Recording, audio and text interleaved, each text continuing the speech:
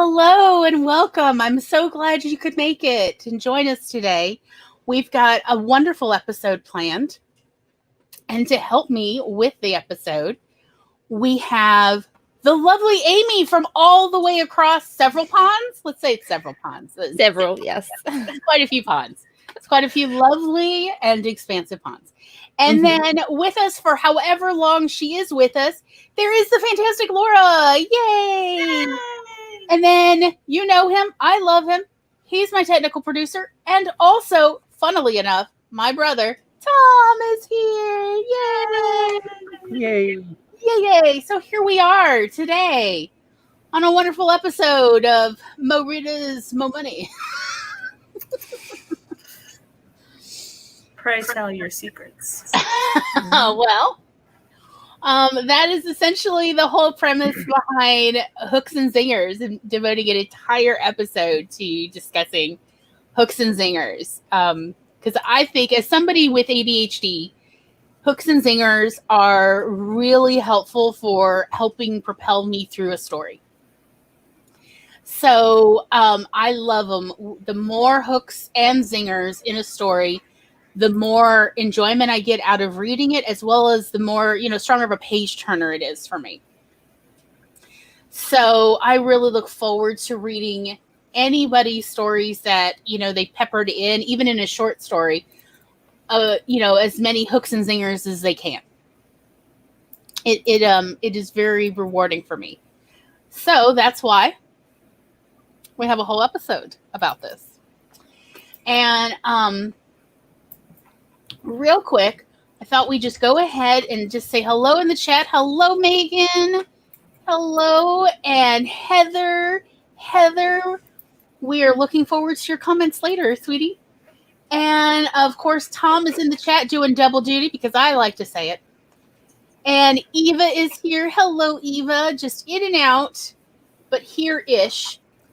And Michael C.B. Chen is here. Hello from all the way up north. Hey. How goes the weather? I got to ask. It's 72 right now in Toronto. Ooh, very nice. I assume that's warm. I have no idea. I need to translate. Right, Google, help me. Let me open my weather app. Yeah, my computer is Fahrenheit. My phone is Celsius. It's a bit warmer. Oh, that's not bad. 21. Yeah, that's good. It's chilly here. It's freezing. What is it where you are, Amy? Like 6 or 7 degrees Celsius. Oh, you're right. That's actually quite chilly. Yeah. And that was when I checked it a few hours ago. So. That's like what, in the low 30s, upper 40s for us? Currently 4 degrees right now. So. Ooh, wow. Fun times. Hence the jacket. Yes, that is quite chilly. Yeah, it's 82 degrees here. So I don't know, what is that, mid 20s for you? Yeah. So nice. Yeah, which is actually quite nice for us in September in Mississippi, because it's now finally starting to not be quite so oppressively hot. Since we have such high humidity with high temperatures. So it is not unheard of to have 90 degrees Fahrenheit and 90% humidity. Yeah, wow. It's the humidity that gets you. The dry heat's easier. It is oppressive. You can't, because it doesn't matter how much you sweat, you will not evaporate. Maybe that's a good 104 degrees in Arizona right now. I think that's a good thing about, at least where I live, the Australian summers. Even if it gets hotter, it's still a dry heat usually. Yes. So, you can cope better. Yes, it's quite the temperature. So. But yeah, the September is nice here because we go from 90s to 80s, and that's just, it just takes that oppressiveness off. It's still humid. Don't get me wrong. Yeah. It's currently 59% humidity in my room right now. Oh, gross. Oh, wow. Okay. And that's pretty within the normal realm of humidity. Yeah, I don't know how I would survive. Well, I have been to the desert, and my nasal passages cannot cope. No. I just have to use the neti pot 6 times a day just to refresh it. Yeah. Yes, 23 and sunny. Oh, nice. Lovely, Michael. Yeah, that's the comfy. Oh, that's nice. Like, that's the kind of temperature I will go out willingly Mm-hmm. and go hang out. Even says 78 and sunny here, hot in the sun after any amount of time. Just came in from playing. Excellent. Hello to Mama. It is lovely to see you. Would anyone like to do an intro? They are fully optional. Sure. I'm never good at them. All right. Laura, go for it. All right. Hey. You'll probably know me anyway, but I have an announcement. I'm an affiliate on Twitch. I got the email today. Oh, that's so good. So come follow along on my journey. It's Laura_Nettles, and we do writing sprints. So fun times to be had. Do you have a schedule yet for your Twitch sprints? I'm trying to do Saturdays at 2, but this Saturday I'm helping Celeste out on her 30-hour streamathon. Oh, wow. So I may not be on my own channel this weekend. Okay. Excellent. We will see. Yes, everybody is congratulating Laura in the chat. We're all so proud of her. Yes, making it excellent. Good stuff. Good stuff. So, does anybody have any thoughts about hooks and zingers, or zingers, hooks or zingers, before we really get going? Or hot takes, whatever you want. There needs to be more of them. Mm. Because, to me at least, hooks are foreshadowing, so it keeps your story from feeling like a hat pull at the end. Look how they all got out of this. Isn't it amazing? It feels really miraculous. Versus, all those setups and foreshadowings really helps it feel like, no, they didn't realize it, but they always had a chance. So I just finished R.L. Stein's masterclass. And one thing that he kept saying is you need to end on like cliffhangers, like mini cliffhangers to keep the kids reading and wanting to get through the next chapter. And I think, I don't know, do cliffhangers count as hooks? Yes. Yeah. Because any hook a hook is a page turner. Anything that gets you to turn the page or you can't put it down, or you have to know how it ends. Like, all of those are hooks because you're a fish on a hook, right? That's the whole idea. So I would say that any cliffhanger's a hook. So my thinking is, with this middle grade that I'm writing, I'm having to come up with all of these little Roy's got opinions. Does. I have to come up with all these little cliffhangers, these little hooks to keep kids going. So I have to come up with all these different revelations for every single chapter to keep them going. And I think that definitely helps with pacing. And, keeps things interesting, and you don't get stuck navel gazing. Oh, yeah. You're not stuck inside a character's head just thinking about what they could do, but you're actually doing things and having revelations and having twists and turns, because every chapter you have to learn something new, something creepy, or something starts to happen, and it definitely helps just page turner quality. Yeah, I agree. It's definitely helps with the engagement and you wanting to find out more and learn more and, be engaged and involved in the story and the characters. That's for sure. I mean, to me, hooks are potential in the story. So they are hooks are what create fanfic. Because you don't actually know what the payoff is going to be. And until the payoff, you're going to keep guessing, trying to figure out ahead of time, because we're puzzle solvers. It's just part of being human. And that is what really does keep your audience coming back. Is you want to see, how does it turn out? Now, let me step back and read it again and see if I can see where I was clued in that this was going to happen. Yeah, Easter eggs or that whole rereadability type of thing can also play into it for sure.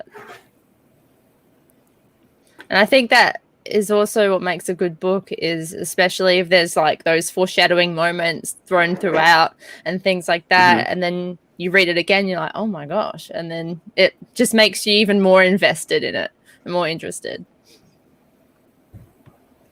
Megan says, I'm reading Conflict and Suspense, and it's an entire book on how to add hooks to your story and keep people flipping the pages of your story. Yes. I personally think that it is a very important aspect of the craft of storytelling.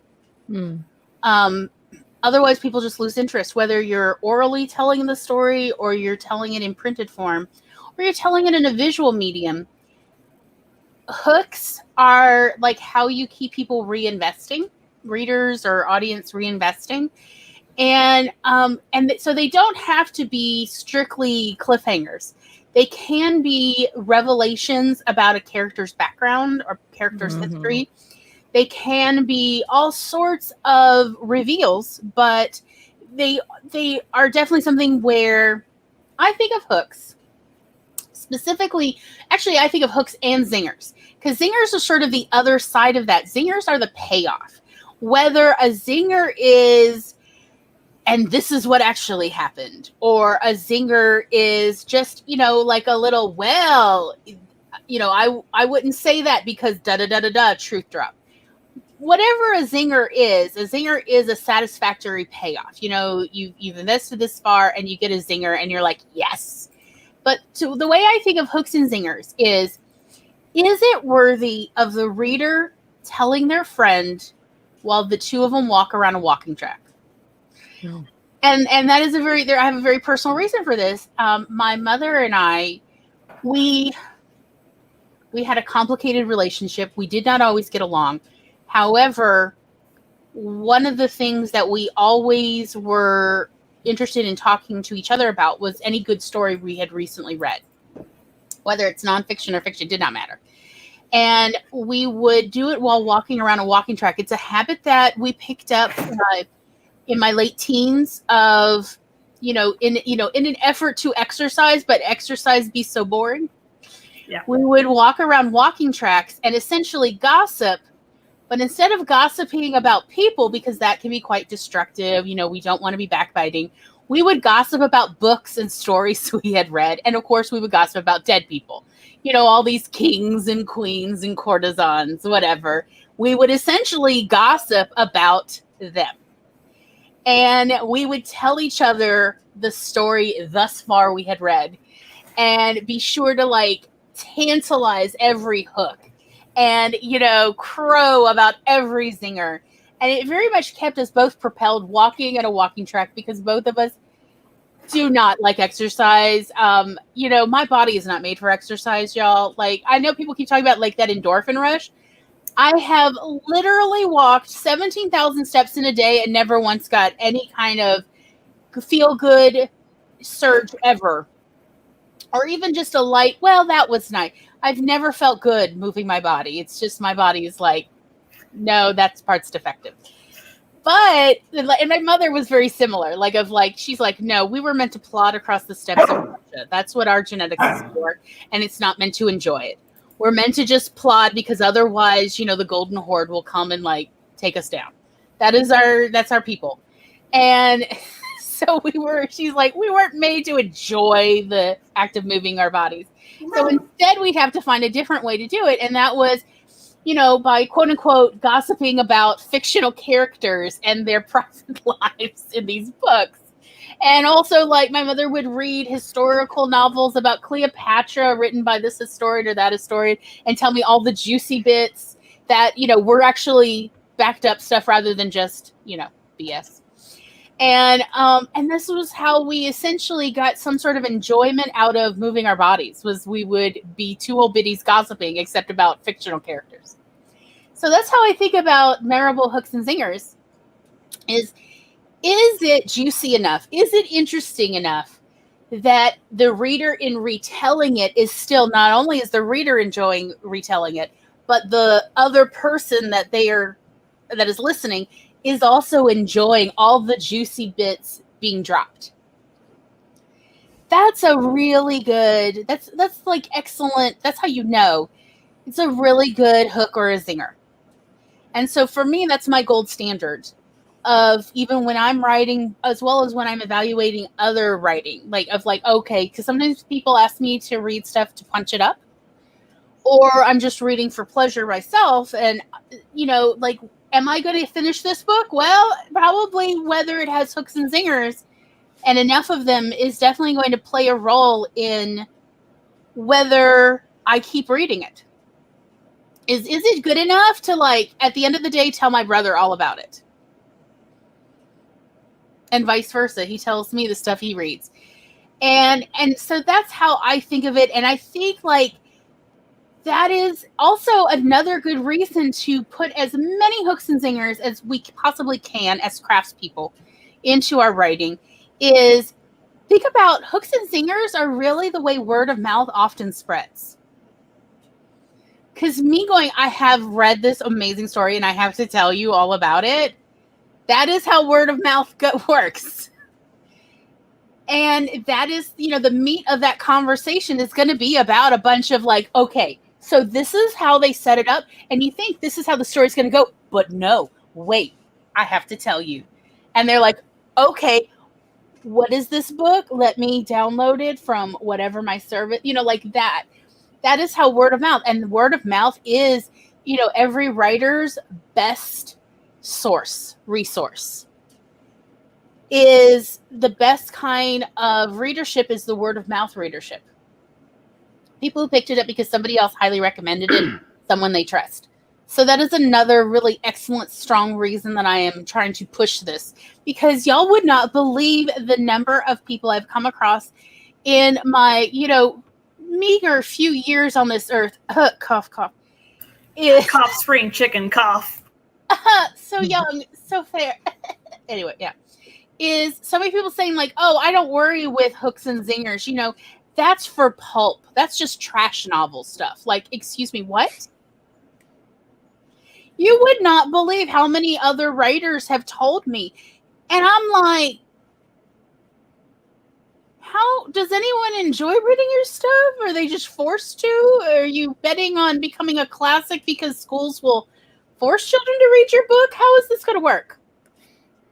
I mean, how many, like when you're reading a book and you've gotten through the first chapter and you're just like, wait, why am I reading this story? Mm-hmm. You have to wonder, like, am I going to finish this? Because right now, it doesn't seem like. Cliff Notes. Versus Glory has gotten me into watching the show on HBO Max, The Other Two, which ends up actually being a very sweet TV series. I told him, like, there's a show about us. You and me are in a TV show, and it is, like, so weird and wonderful at once.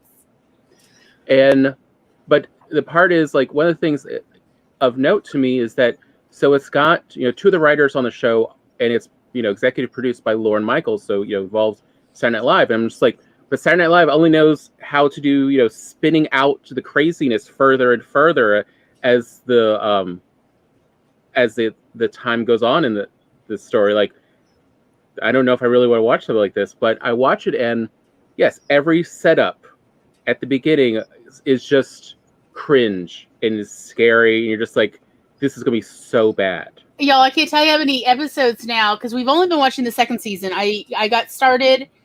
I read a BuzzFeed article about the second episode of the second season. And there's a meme that started because of it. And the meme is, he's my son, he's straight, and he's from Kansas. And I was, like, very curious about this meme that I had just recently seen. I'd seen it in reference to Spider-Man. And so there was a BuzzFeed article about this episode. That was the start of this meme.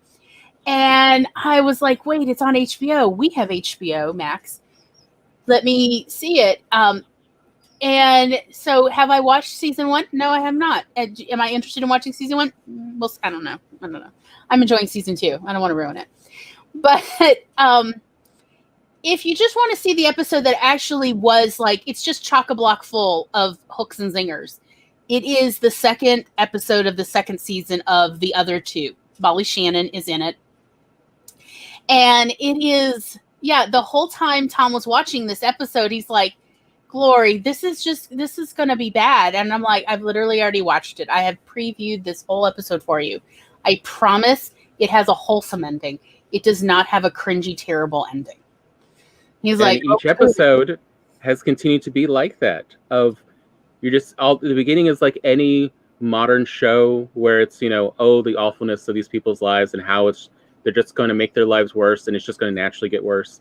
And instead, it's always it's all right. It's, you know, how everyone is in their 20s of you're very earnest, you're trying, but everything is the biggest tragedy in your life every week. And by the end of the episode, it's like, it's not so bad. Mm-hmm. Nothing's permanently, you know, bad. We can all work with this. We're fine. The family's not trying to stab each other in the back, which is also feels unique for modern TV. Yeah. They all actually like each other, even if they can't help each other out always. Mm-hmm. But it ends up being, but there's always these hooks at the beginning, and you're just like, oh my God, what's going to happen next? What's going to happen after that? Oh, this is going to be so bad. And then somehow it's not. But yeah, the second episode was very much oh, I don't know if Glory, this seems very cringy. He was very hesitant even halfway through. He's like, I don't see how this is going to go wholesome. And I'm like, you just have to trust me on this. You're going to like the ending of the episode. Just have faith. And it really was the last 90 seconds that it finally pulled out into wholesome territory, and everything then is wholesome. But it is this is what hooks are for. They keep you going like, how is it going to turn out? Hooks are kind of, you know, mini premise. Yeah. And I do like what Laura says about it propels the story forward in a lot of ways so that it doesn't drag. Oh, yeah, definitely. I've been brought back into books and movies, shows, whatever, that I was starting to lose interest in solely on the character hooks because I love my characters, and just the little drops of, oh, here's a little bit of backstory about them. You're like, I need to know. And you just have to continue to read. Little did they know. Little did they know. A good one, a really good example is Firefly. If anyone's seen Firefly, because they jump straight into the characters and then they start talking a little bit about the backstory, and you're like, what is their secret? Like, where did they come from? I love the meme, curse your sudden yet inevitable betrayal. Oh, yes. I think I have that on a t-shirt. Which was like, oh, well, okay. I mean, curse your sudden yet inevitable betrayal. Like, it did pay off. Okay. Didn't see it in the middle how that was going to pay off, but it did. And again, those payoffs, those are the zings. Like, gotcha. You weren't sure how we were going to pull it out. He's scratching his cone. Oh, no. Poor Roy boy. It'll be all right. He will heal. You know, for parenting life, it is as it is, you know. Megan says, I wish I had an easier time thinking. I'm terrible at describing things I love. I gotta say, I think like the only way to get better at that is practice. Just keep trying and keep trying to describe stories you love to different people while you practice your technique. Here, I do have a tip though for adjective use. Hi, Nikki. And that is, when you're describing it, what is it that makes it stand out to you? People will fill in all the other details. You say you have a car, they're going to assume there's a steering wheel, there are side mirrors, there are seats. But what is it that makes it distinguishable to you? Or even an apple. What is it about the apple that makes it different from all other apples? It's golden and gives you eternal life. Those are big differences. It's rotten in the middle and has a worm.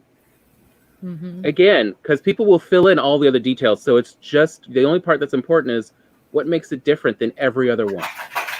Because people will automatically assume it's the average of whatever they've had of that.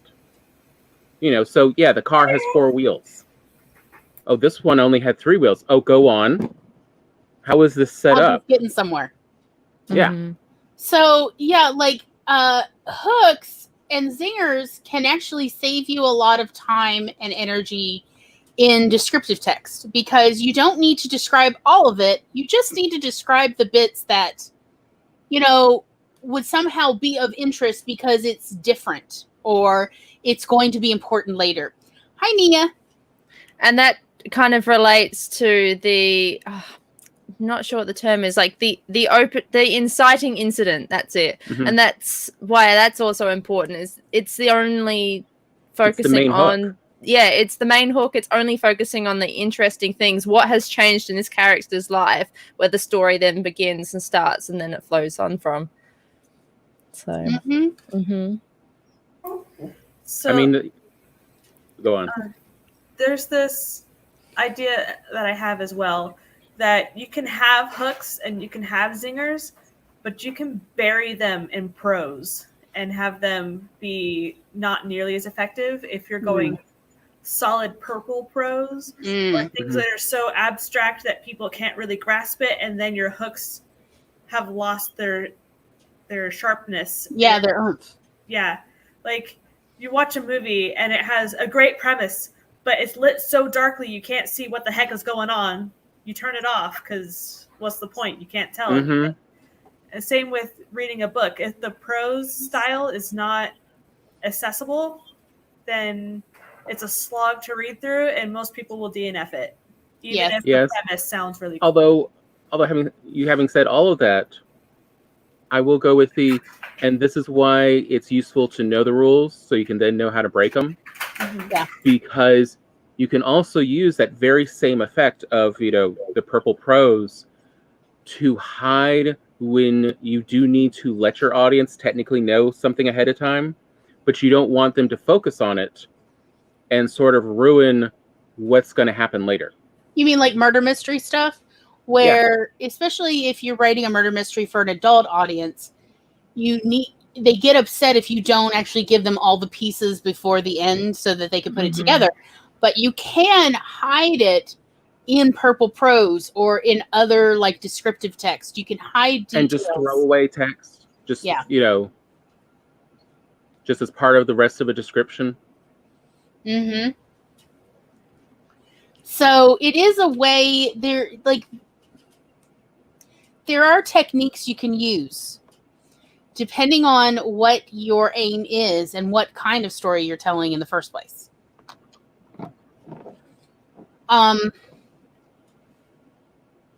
Yeah.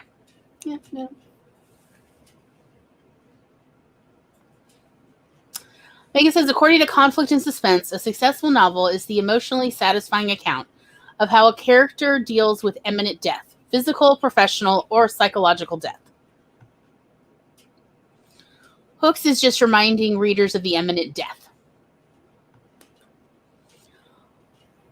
I don't know if Hooks would be only reminding readers of death, because sometimes, so when I think about hooks and zingers, one of the things I also think about is like telenovelas, and how, they are all the time dropping revelations, and there's juicy bits and there's secrets. It's all drama. And those are not always, to me, directly about imminent death, or even indirectly. Like, you can make an argument that most, or at least some infidelity has to do with people trying to avoid thoughts of imminent death. Sure, okay. But then sometimes it's just people's juicy backstories. He's really the Duke of someplace in Tuscany. I don't know. And I'm like, ooh, why is he living on the streets? Go on. Like to me, not all of Hooks and Zingers are necessarily about imminent death. But, essentially, death is definitely something most readers are interested in, because we all grapple, right? That's why, it's pretty much seems like almost every Marvel story highlights grief and processing of grief. Or the lack thereof. The lack of grief? No, the lack of processing grief. Oh, it's like the lack of grief. What? You mean like psychopaths? What? Anyway, so... But but like sometimes it's more like a distraction from thoughts of death. You know, such as 2-for-1 margarita pitcher night at your favorite restaurant. Like, it's a distraction from it. But you know what? That's definitely a conversation start. Did you know that it's buy one, get one free pitcher night for margaritas at such a restaurant? Would you like to join me for a night of bad choices? You know, that's a hook right there. Or to just say, you know what I'm really good at? Making bad choices after a pitcher of margaritas. There's a lot of setup there. There's a hook there of, well, what were the previous times you've made bad decisions that you say this with so much confidence? Mm-hmm. Because the hook is where you show potential in a story, in a character, in a premise, in a scene, and the zinger is that payoff that we're hoping we'll eventually get. You don't always get a payoff. No, you don't. I mean, if you want to see, truly one of the masters of hooks and not enough payoffs, Doctor Who, the Moffat seasons of seasons what 5, 6, 7, yeah, where there are so many hooks. There's so many little things slipped. There's so many potential story and plot lines to do that they never follow up on. But those are still all hooks because you're still wondering if there will be a payoff in the future. Yeah. And you may not pay off in that story. It could be another story later on that you pay off a hook. Yeah, Moffat only guarantees you ever get one payoff for sure, and it's the last episode of the season. And otherwise, he's like, you know what? You're just on your own. I make no promises. It's like, okay. I mean, he started, what was it, the 6th season with the main character being shot dead?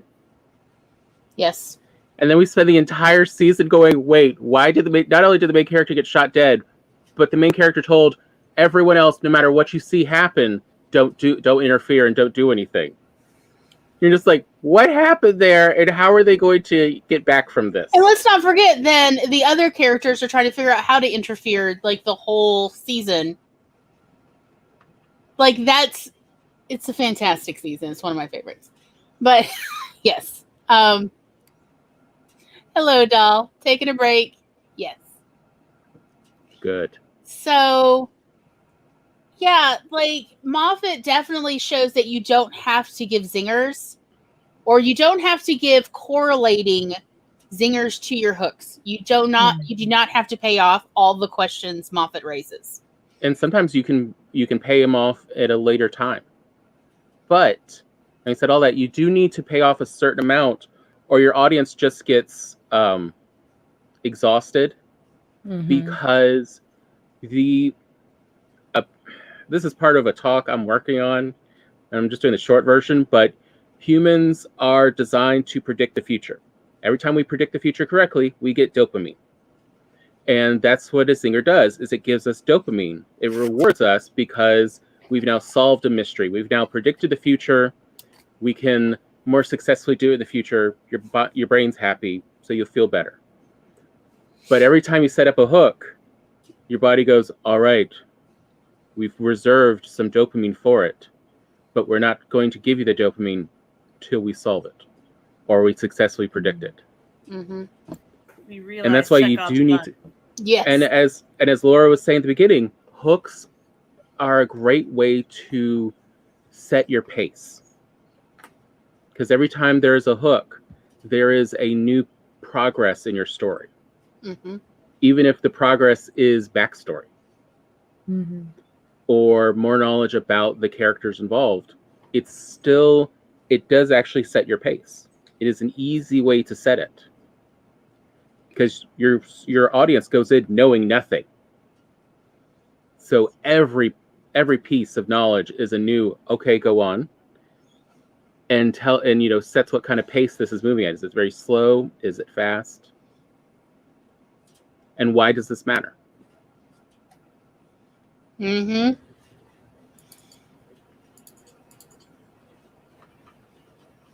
mean, usually we actually hear about hooks and zingers in comedy. You know, because the hook is the setup and the zinger is the payoff. That's the joke that we laugh at. But it's just how we tell stories in general. Is we set it up, and then the audience is trying to see if they can predict what's going to happen versus what really happens in the story. Yeah, that's the whole point of a twist, is to actually, like, often the way twists are successfully used is as hooks. Of, oh, you think this is just another boy meets girl rom-com, but wait, there's more. The boy is not necessarily who you think they are. The girl is not who anyone thinks they are. The boy's a zombie. Yeah, one of them's a zombie. One of them's non-binary. I don't know. Like, you just twist it. You just keep twisting it. Hey, I love that one. And in case people enjoy this, I'm not going to tell them what the name of the movie is. But there was one movie we saw recently. Admittedly, I did kind of predict it halfway through, but it was still a good premise, which was the person we see in the first half of the movie is not actually the main character. We actually see the main character's side character for the first half of the movie that we are brought along with. We don't realize what's really going on here is a different person. And so here's this twist of usually whoever we start with, that's the main character. That's who the story revolves around. What happens if that's not the person it revolves around? One of the biggest twists I ever saw in a movie was in a Bollywood.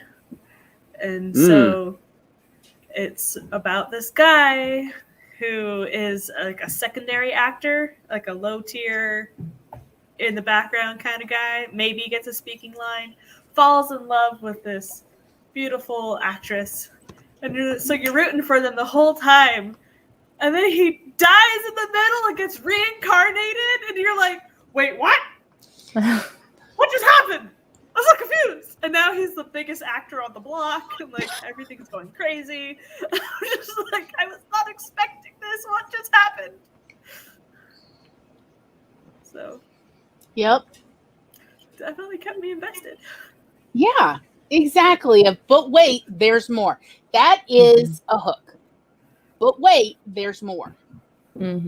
So if you can think of your hook like in a couple different kind of formats of like, little did they know, but wait, there's more. This thing has everything, and then a listing of what it has. Like these, think of like your hooks that way, even though maybe you're writing a more traditional story. That's okay. Still, of how can you maybe even just reverbalize the hooks in those kind of, you know, let's say cliched phrases. So, because in part to like clue your reader in of this is a hook. Because again, we want them to get that dopamine release. We want them to have that, okay, I can't put it down till I find out at least this thing. Because they're literally having the conversation. They're just about to say what it is. Is it A or B? Which are the options? Who's she in love with? Who killed who? Whatever. And then I will put the story down right after that. We want our readers to get that. So we have to use wording to make it obvious to them, because that's going with my theory of good writers write for drunk or exhausted readers. That's my theory. And it's not to say that all readers are drunk or exhausted or distracted. It's just simply to like, don't miss the majority of people. Like a lot of people, look, let's be honest. When are people listening to stories or reading stories? At night before they go to sleep, they're exhausted. On commutes, they're distracted. I don't know that many people who read while drinking, but sure, let's go with that one too, just in case. And you know, I just say like, because there's a lot going on in every human's life. They're juggling a lot of other thoughts while they're trying to have a little escape story to enjoy. So let's keep it in mind to make it easy and obvious to them hey, this is a hook. Enjoy. But wait, there's more. People love it when you just make it easy for them. So they're like, oh, okay, there's a payoff. Okay, you're saying there's a setup. Therefore, there's got to be a punchline in here somewhere. I'll read till just that, and then I'll go to sleep. Or I'll read till just that, and then I will listen to the news till the end of my commute. You know, like whatever. So they get it. However, the way you keep them hooked is you give them another hook right as you're giving them the payoff. So that they're like, I have to stop listening because I have to get out of the car to go to work. But as soon as I am heading home, I'm going to find out what happened. Oh, definitely. My work computer is working now. So, time for me to vamoose. Okay. But you are all awesome. Bye-bye. Bye. Congrats again. Thanks. So. No, definitely pulls your interest, that's for sure. Especially if there is like a dull moment going on or something, or you are feeling extra distracted or whatever, and then you see that hook and it just kind of drags you in again. Yeah. Also a hook helps pull you through those dull moments. It does. When it's, yes, for the story to develop, you have to have this scene. But if you tell them a good hook before the scene, they will slog through it because they want to see what happens afterwards. Versus Definitely. if you don't give them a reason to continue afterwards, it can be a DNF. Because I don't know for sure there's going to be a payoff. I'm getting exhausted. Right. You need that pickup. It's definitely a pick-me-up for me. Yes. Yeah. I also, it's just sometimes the way the boring parts are written in a story. Like, so one of the big reasons why they say do not do too much exposition at any given time is because exposition can be, in fact, quite boring to the reader.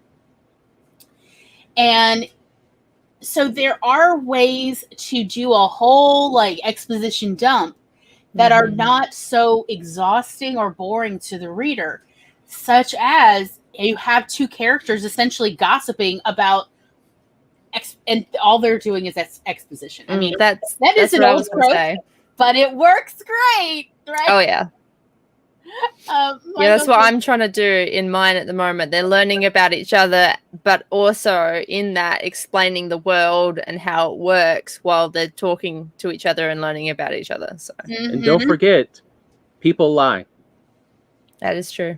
Not all exposition has to be true. They color the truth one way or another, or they forget.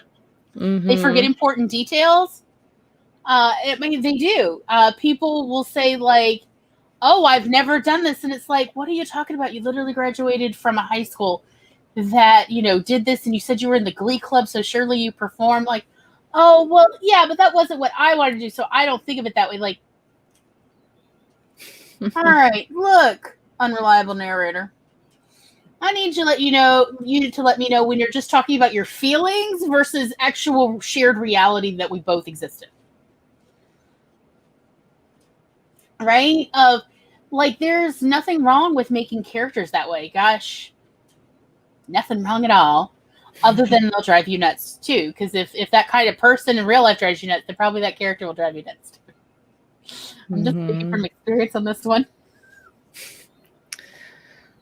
I've had a couple characters that I'm like, I frankly just want to put them over my lap and spank them. Just want to spank them, like naughty. Oh, I've got a naughty character I'm writing at the moment, but he's more of a prick than for fun, so... Right. I hate him. Oh, that sounds rough. That does sound rough. So, yeah, there are ways, and in fact, I sometimes think, that sort of sensational or licentious sort of way of telling exposition can be a very useful trope to get through a whole bunch of exposition relatively pain-free for your reader. Because sometimes it's like, look, I just need the reader to know this before we start this chapter. They have to know this, and I can't figure out a cool, fun, exciting way that's not like exhausting and takes 3 more chapters. Other than exposition. It's like, that's fine. Have 2 characters just have expository gossip. Go for it, you know? Or overhearing another character talking about this and do it. That's fine, because then it feels wrong. It feels naughty. It doesn't feel like you're being lectured on some backstory. Nobody wants to feel lectured. That's why we're doing that now.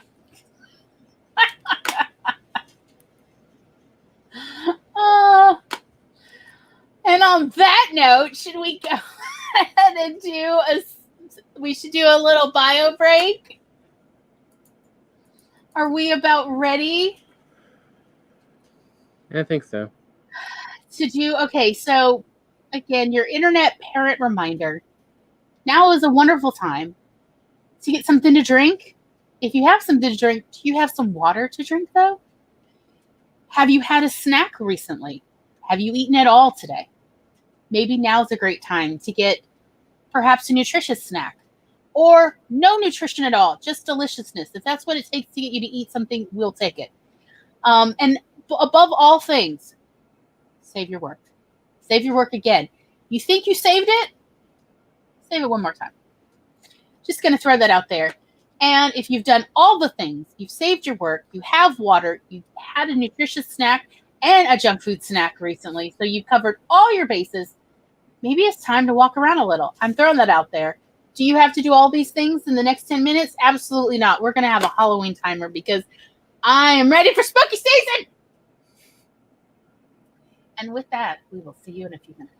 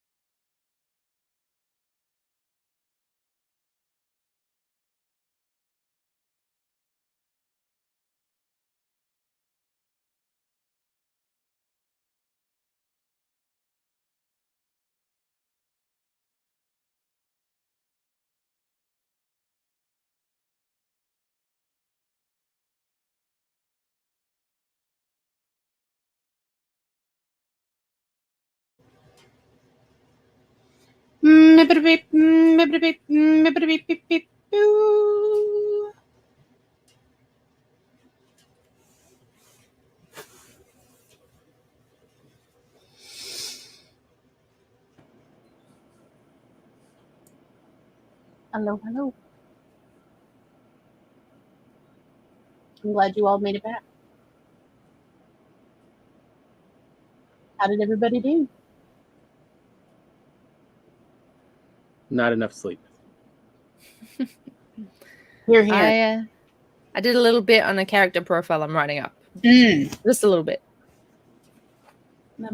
Yeah, just a little bit. I only know him, like, I've known him for years already. I just am putting the character profile information in a simpler, clear format. So, and plus, it's kind of delving into not just like the backstory in how it affects the story itself, but their like family and how they were raised type of things and what I'm going into. Yeah. That's good. Very nice. There is a poll in the chat because I remembered that I could do polls. That recently YouTube was like, hey, polling. And I was like, yes, please. However, it only gives me 4 options, so I am limited. It doesn't let me vote at all, by the way. So, and if you don't see it in your chat, refresh your screen, because at first I couldn't even see it after I made the poll. So it's just there.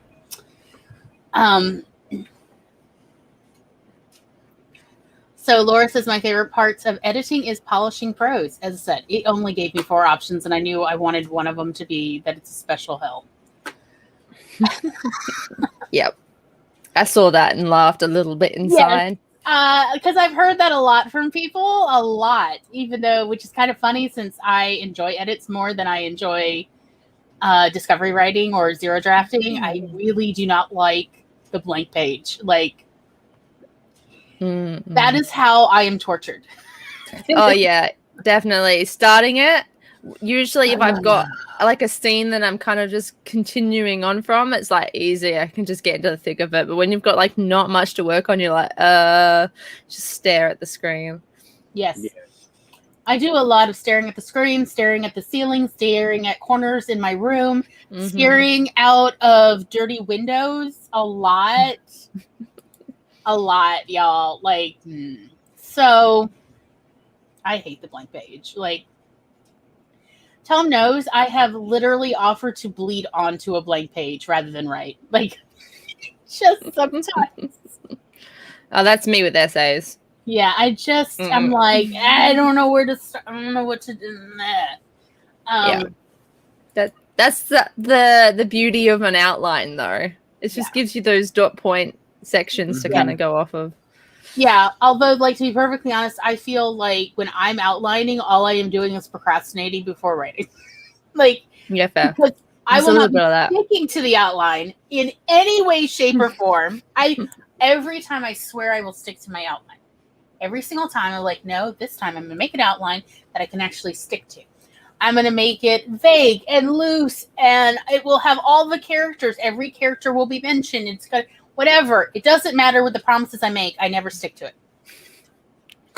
That is the only thing I can be sure of. Did you see this outline? You will never see this story because I'm about to write a different one. But yeah, Megan says, I hate editing. If I could just write and have it come out exactly the way I'd like it, I'd be happier. Yeah, well, we all would. Megan got a snack and got something to drink. Excellent. I ate the rest of my breakfast. You all got to watch. Do not care. It was delicious. It was a roll and some sausages. So yeah, it was actually quite yummy. I liked it. And what the remaining bit of orange juice from breakfast as well. Yeah, it was good. Yeah, see, that's also the bad thing about writing so many words is I'm gonna have to edit that beast at some point. And I feel sorry for anyone who beta reads it because it's it's going to be a big one at the moment. Yeah. That's why I like the trick of I just have it read it to me while I drive, while I'm working. Yep. Reading it out loud just makes, for me, editing so much easier. Yes. And better. I tend to get a better result as well. Reading out loud is definitely a very important part of my editing process. Oh, yeah. And it's fun, kind of just, you're sitting alone at your desk, acting out your characters. It's great. Oh, no. I torture other people. Oh, dear. Like, let me put it this way. Don't come visiting my house thinking that you are not about to be, like, in some sort of alpha, beta reader hell. Because you are now a captive audience, and I'm going to just read to you, like, from a whole chapter, a whole section, whatever I've got that I'm currently working on. I'm going to need to read it out loud to you and watch your face while I read it. Yeah, I would actually love to do that, to be honest. Like, I mean, this Get is someone to sit down and listen. The last time I actually did this to people visiting, nope, I've gone over to other people's houses with sections of my work of like, hey, yeah, I know I said we were going to game tonight, but I also going to need like 20, 30, 45 minutes of your time. Yeah. Read this out loud and look at all your faces while I edit in real time.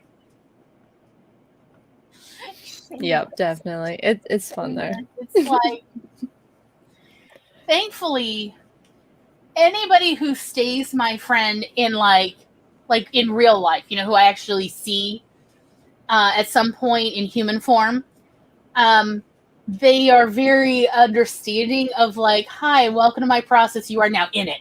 So they've all been very understanding. Yes, reading aloud is magical.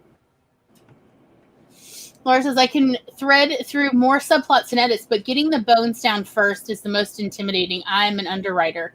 I feel you. I'm definitely an underwriter. Same. But I also kind of like the process of going like back over it, because then I'm filling out the emotion and the extra dialogue and I'm making it more lively. And I actually like doing that second edit where I'm filling it in from underwriting. And I would definitely say that where I tend to put my hooks and zingers is, okay, so full disclosure, just even for 750 word articles, I do 20 rounds of edits, even for, a magazine or newspaper article. And I put my hooks and zingers in between edit 5 and edit 10 is when I actively start crafting how to hook and then how to zing. Every paragraph gets at least one of each, if possible. Sometimes they get more than one hook and more than one zinger in each paragraph. It depends. Michael says, look at it this way, though. You never follow your outline because you always think of a better approach. Thank you. Thank you for helping me feel better, because I actually just feel like an errant child of I literally told you how to walk home. And what is the one way I can guarantee you're not walking home? The way I said. I do it too. I actually finally came up with the full outline. I mean, I did kind of write it and then outline and then go back into writing and filling it out. But as I was writing it and actually fully getting into the first draft, I was coming up with little things, that characters and other subplots and intertwining things, and then rearranging complete points within the outline. So I need to fix them on my wall a little bit. So from where it's at now. I don't know. I'll look at that outline and I'll be like, yeah, I'll even read it out loud to myself. I will imagine every scene, how I think it's approximately going to go.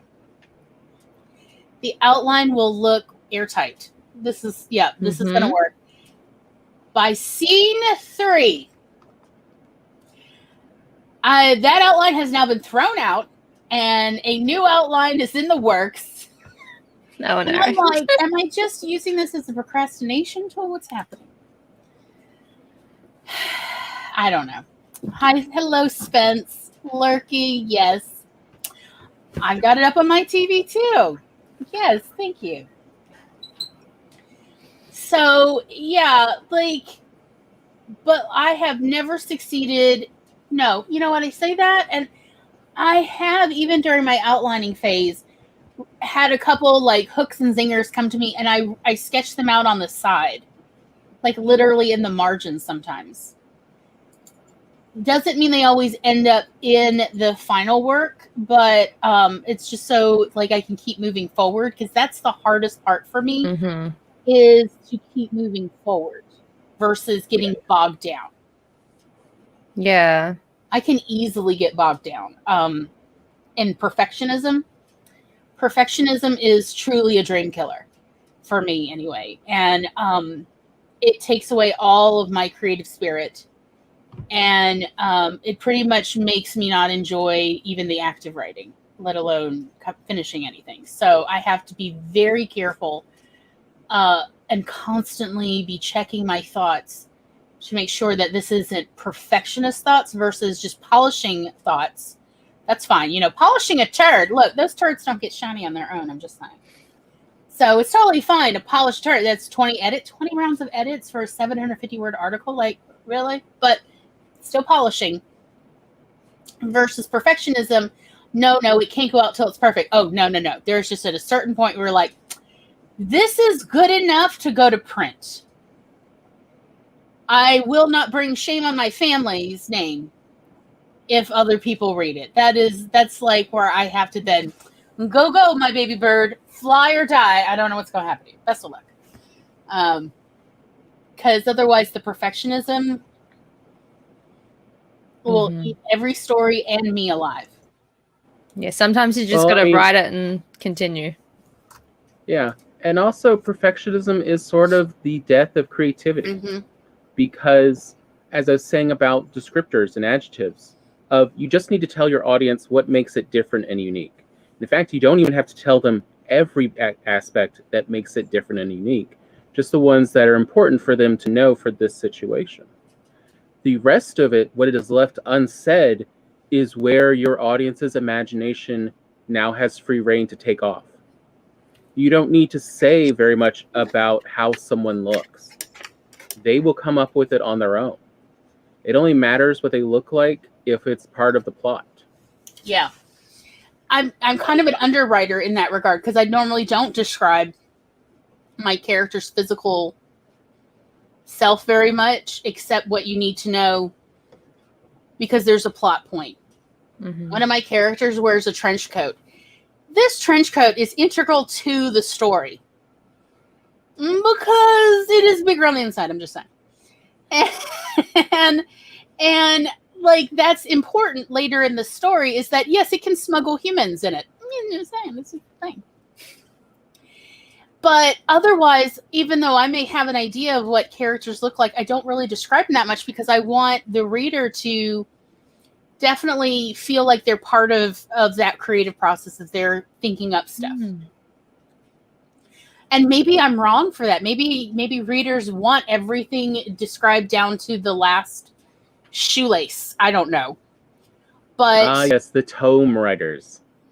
But like, as somebody who really felt like growing up that I really didn't see many characters like myself in stories, I kind of gravitated toward those writers who didn't describe their characters as much, so that I could at least put some of my ideas of me onto those characters. That's interesting. I think it's a very stylistic choice, because I've done the complete opposite. I really want to make sure the way that I see my characters comes across the way I want it to, with their description and all of that, to the readers. I mean, I won't go into like crazy depth about their appearance and everything, more so just what is relevant and how the world at first glance, and that sort of thing. And interaction. But I definitely do have a very clear image of what they look like, I think, though. And I think some of what, like you say, putting yourself into a character so you can see a character that isn't normally written or that you don't usually read about, I think that's what I've kind of done with my main, I call it main character. And I think that's what I've done with that character specifically, is I put them in that position of a character I don't normally see but want to see more of. Yeah. Like all your information about them should be sort of to hook people. Yeah. What is it that makes them interesting? Honestly, the only time, at least I can think of off the top of my head, the only time I've ever described, like, for instance, a character's skin tone was, it was in reference to, I knew later in the conversation, it was going to come up about one character being concerned about sunburns and the other character wasn't. And that was why, therefore, I had brought up skin tone in a descriptor paragraph of, there's a reason this character does not burn. Yeah, I think with that, because that's what I've done in part of my section, is I've described this character crushing on this other character, and therefore he's described a little bit about what she looks like. And what I think I've got to be careful of, if I don't describe it enough early on enough, people will insert their own ideas and imaginings of that character, and then I come in and have this big definite description, and then that could completely throw people's image off of them. So that's also another thing. I need to do that in my second edit. If you're at any point going to describe the rest of this character, then you probably need to at the start as well. Oh, definitely. So that it's not like where the reader doesn't feel like there's a switcheroo going on. Yes. And they feel cheated. So, hence, yes, like, it's the only time, like, I've described a character's skin tone was because in a particular story, I knew there was going to be a conversation about sunburn, because that conversation was actually going to lead to another important conversation that I needed them to have. And so, so essentially I did that backwards of, I knew they were going to have this conversation. I was like, how do I lead to, the important conversation? Oh, well, we can have a conversation about who burns and who doesn't burn, because if you're the kind of person who doesn't burn or who does burn, people who don't burn really stand out to you because you're like, lucky. When you've had a really bad sunburn in your life, let alone like so many that you're like, oh yes, the cancer will come for me eventually. Like every year my birthday, it's like, Tom, check my back for cancer. Like that's how I celebrate. Yeah. So being a very pale person, people who don't easily burn in the sun, I'm like, oh, you're like a superhero. That's so awesome.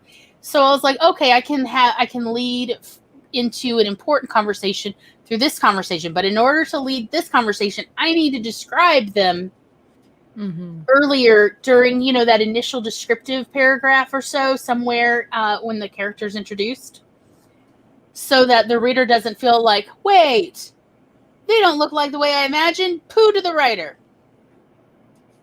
Yes, I agree. It's not fair that some of us are tortured by the sun. What even is tanning? I don't know what tanning is. What is that about? I don't know. And then on top of that, there is a pill that can make you naturally tan. Only that also causes cancer. So, know. Nah, I'd look weird with tan. Because I would love to not burn. That bit I'd like. For cancer reasons as well as pain. But I don't want cancer instead. Although, aged tomato sauce helps a lot. Yeah, they actually have found. Consuming lots of lycopene 2 days before you are exposed to the sun helps make your skin temporarily UV resistant to damage. Oh, wow. Cool. And that does not cause cancer. That's good. Right? So aged tomatoes are loaded with lycopene, but watermelon also has tons of lycopene. Red bell peppers have anything red. Beets have lycopene. Anything red has lycopene. And the more it's aged, the more lycopene it has. So if you know that you're about to go out in the sun, may I suggest a lovely red sauce spaghetti meatball meal. So, wow, a private it's like, can I introduce you in this cancer bed? Okay, thanks. Anyway, yeah, that's why I don't feel so bad about all the horror movies that use a tanning bed as a plot point for killing off a character. Yes, fear the tanning bed.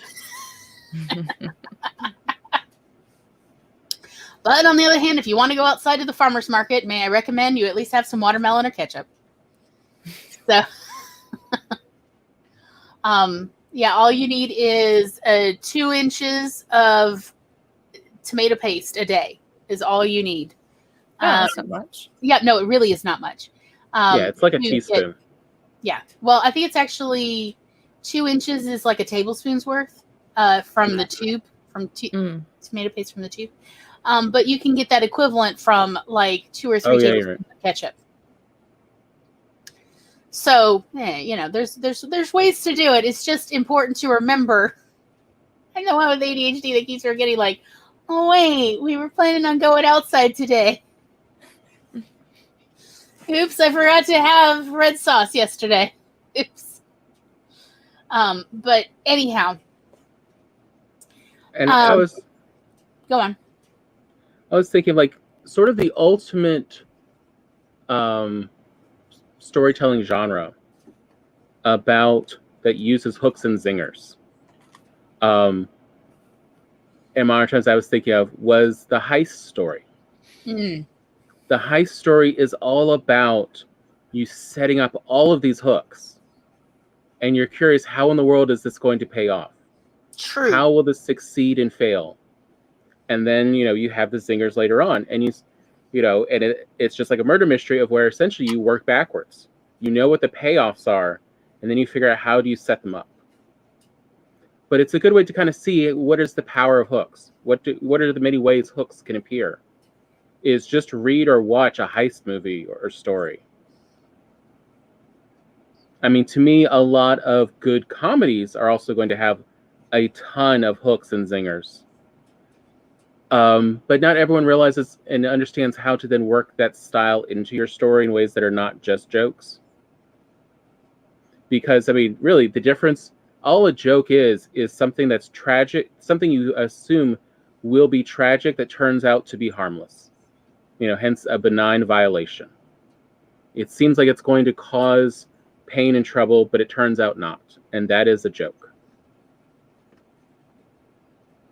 Otherwise, it's a tragedy because it is how you thought it was going to turn out. But either way, that's still a payoff. That's still the zinger of it. Having said all of that, I never want to watch Titus Andronicus ever again.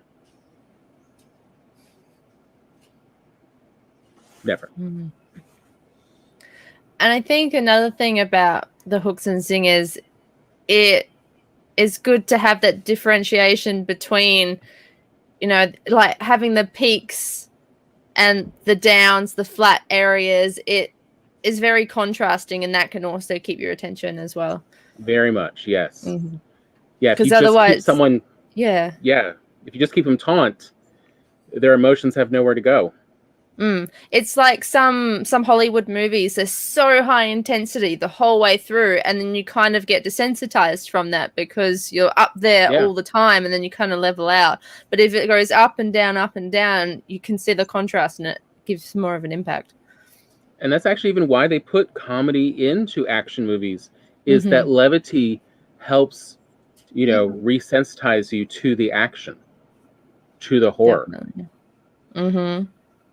So we do have the poll results for favorite editing. And it is an even tie. 30% say their favorite part of editing is rewrites, and 30% say flow. Versus 20% say grammar checking, and 20% say none, it is a special help. So you can tell that we have a decent number of editors in our group, as well as a lot of writers. Yes. And hello, Charlie. How are you? Because editors do enjoy grammar. It's just a fun little whack-a-mole game for editors. Yeah, it is. Yeah, that's why I like grammar checking. It's a whack-a-mole. Yeah, you're right. Like, it's just like I gotcha, fixed. I'll send you a copy of mine. You'll have like a field day. I'll be like, what is this? Grammar is not my strong point. I'm just guessing half the time and kind of reading it in my head. I swear I say this with love, but the only part I'm afraid of editing the grammar on your writing is I will constantly be asking myself of, all right, is this actually a grammar problem or is it just being Australian? Yeah, that's And, true. in That the is speech true. style.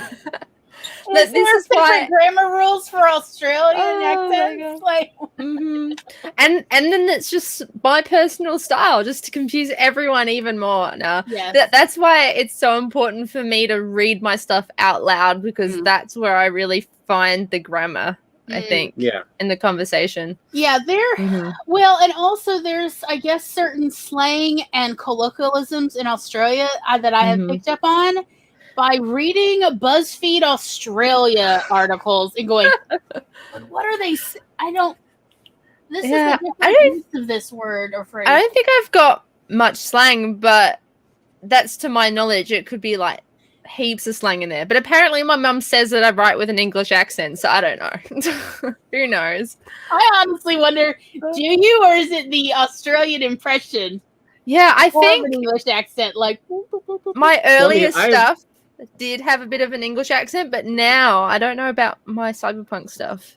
I don't know. Yeah, versus I'm always entertained when as long as you don't use the phrase quick sticks, I think you'll be okay, right? No, I do not. No.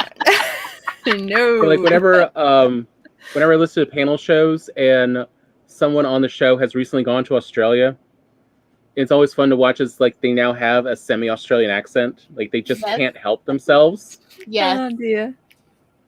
No, I'd be really interested to have people who aren't Australian read my stuff, because I haven't actually had that.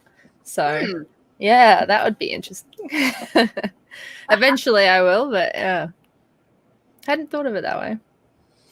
Yeah, like the way I have read academic articles written by Australians, and I really didn't notice tonally much of a difference, except every once in a while there's a little like colloquialism in there that I'm like, wait, what does that mean though? Yeah. Like where there's not any context to tell me, is this a positive or a negative? I'm really curious to see if I've done that now, because to me I wouldn't have picked it up. Because like Australian colloquialisms make not that none of them make sense, but there's enough of them that make absolutely we're our own kind of special.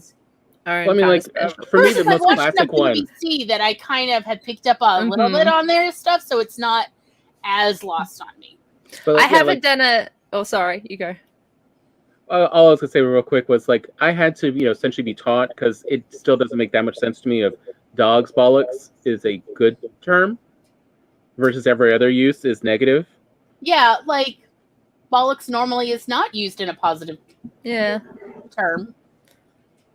But once it's the dogs, it's like, if anything, I'm like, I don't want to get anywhere near a dog's bollocks. No. No. No, it's usually, from the way that I've grown up with that, it's also budgie balls as well, is the other one. And we are talking about sticking out like our weird budgies, little budgies, like the little parakeet budgies. Do they have balls? Yeah.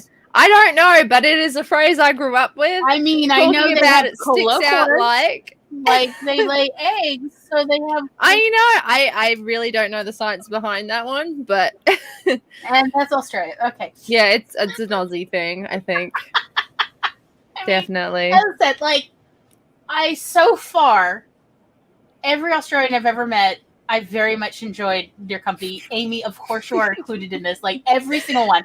I mean, I'm not saying there's not asshole Australians out there. I just thankfully have not encountered them. Oh, that's good. Yeah, we're pretty chill. We're like that. Like they're nice and warm.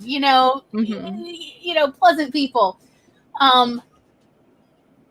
But we do like to screw with people. What are y'all doing with little birdie balls, though?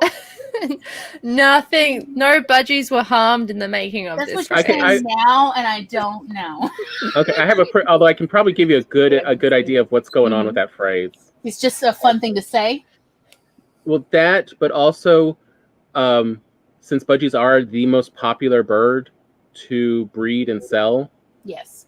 Often, you are trying to sex all of the chicks before you sell them. Sure. And yeah, budgies don't have balls. No, you actually tell by the color of their beaks, I think. Yes. So it's kind of like the go get me some elbow grease or headlight fluid. Yeah, it's that. It's that It's kind just of. a fun. It's a line that people used to use to mess with someone. Yeah.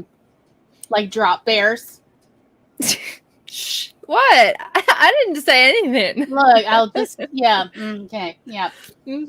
Totally innocent over here. Mm-hmm. I'll just throw the yeah, nah, yeah thing into the chat and confuse people some more. Okay. Yes. Speaking of, Spence would like to give us a brief break to let us know that Italian dressing and soy sauce, everything. Ooh. I mean, that is one way to get all of your umami and Delicious, and some garlic in there, some herbs. I'm there for that. Yes, it sounds delicious. I mean, it does sound like something hard to go wrong with. Yes. Which does remind me, I do need to make a marinade for those chicken thighs. I made a lovely dipping sauce. Tom fried us some chicken wings the other day. And I made a really, at least I thought, delicious dipping sauce for the chicken wings because it was just plain chicken wings, from the freezer. And they weren't breaded or anything. And Sesame oil helped that a bunch too. Sesame oil, soy sauce, and hot sauce. My favorite hot sauce on there. Soy sauce is just great. Yeah, and it was the sesame oil really helped everything. Like it actually thickened the sauce. It was delicious, y'all. Ooh, I can't wait to look it up, Laura. Look who's been guilted. Yes, thank you.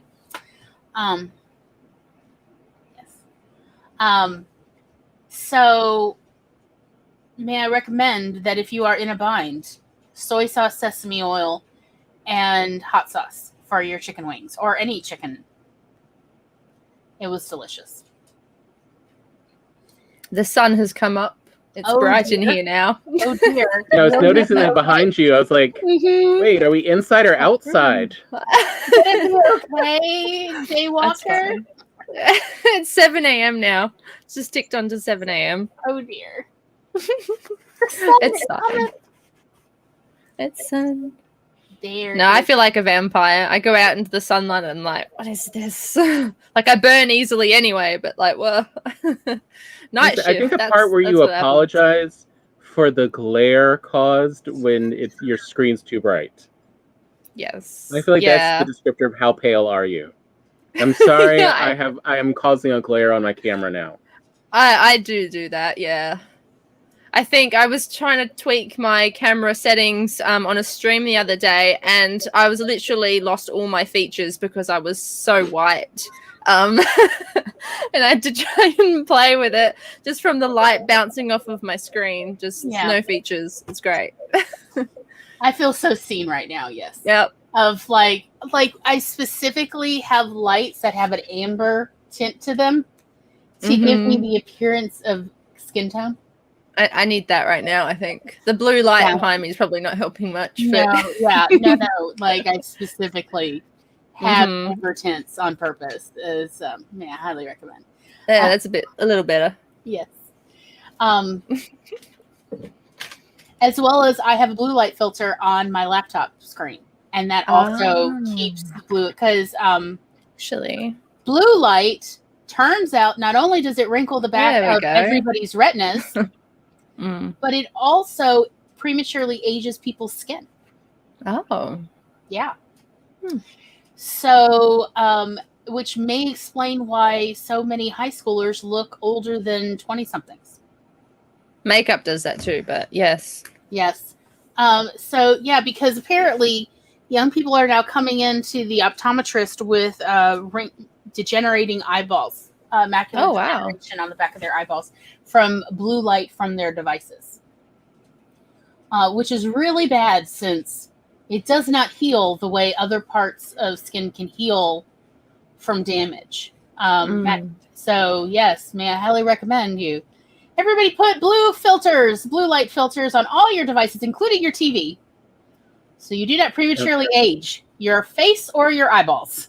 And most Android, Apple, and Windows computers all now have them built in as well that you can activate. Yeah, night mode. And well, you actually can have a blue light filter on your laptop even in day mode. Ah, nice. Yeah. So just to let everybody know, it is a very important service announcement. I think it's very important anyway. Because if you have macular degeneration, one of the symptoms of macular degeneration is when you are out at night and you see headlights, you can't see anything. Your eyes don't adjust properly because you've got wrinkles on the back of your eyeballs. And so what you see is a terrible glare that you can't see beyond. And that is permanent. So there are people in their early 20s now with this because of blue light from their devices and their TVs. And just the screens being so bright. Yeah. Mm-hmm. So apparently it only takes a few years of exposure to get wrinkled eyeballs on the back of your eyes. Apparently they used to think it would take 20 years for that, for long-term exposure, but now they're seeing it in as little as 4 to 6 years. Wow. So again, I would just like to recommend everyone, and if your TV is old like mine and doesn't have a blue light filter, you can just literally go in on the settings and turn down the blue. And it really does help. You just turn down the blue and the overall brightness of your television, and it will help quite a bit. So you can do that to help protect your own eyeballs and your skin as well. So anyhow, hooks and zingers. Tom. Glory. What are some ways that we could, like, I am a writer and I want to put in more hooks. I want to be like Moffat and drive all of my viewers insane with setups that never have payoffs. How do I do that? How should I look at my manuscript and go, where could I put these in? Do you have Well, as you pointed out, they're page turners. So anytime you've got a lot of text where people are standing around and not a lot is happening, you need to put one in right before then. You're ending the chapter. You need to put one in there. Mm-hmm. You need to put some reason for people to turn a page. So, but how do I actually construct a hook? Like we've talked about, like but wait, there's more. And little did they know, which you can put in without actually using those phrases, but you can also just put those phrases in, quite honestly. And we've talked about this has everything, this, and this. What other ways can we construct hooks? Amy, questions, definitely. You mean like one character asks another character? Doesn't necessarily have to be direct to the character to another character, but just a question about the situation, perhaps, or like something that asks for more information. Like, why are you here? Like, why are you really here risking your life on this adventure with me? Mm-hmm. What is your motivation? Hello, please expose now. Where's my exposition? Tell me about you. A sort of alternate version of the Little Did They Know that I've seen lately in a bunch of books I've listened to is the "But I was wrong." Put in your character's assumptions about how to handle something or what the payout will be or any of those that you can easily assume your audience will probably be having a similar one, and just put that little clue in there of "but I was wrong." It's right there with Little Did I Know. I used to believe ... But no. Oh, no. It's the I was so sure after 2 weeks of putting together these computers that there was no surprises left. But I was wrong. End the chapter there. They're going to have to read another chapter to find out what exactly were they wrong about. What is the surprise there? Your character has reached a state of assumed foreknowledge, and then let them tell the audience, "Oh, no, that's not how it worked out, though." Mm-hmm. Definitely. Or like you see that a lot in what was it? Lemony Snicket, of where the writer will, or yeah, I would like to tell you that everything went lovely and they lived happily ever after, but it didn't. Yes.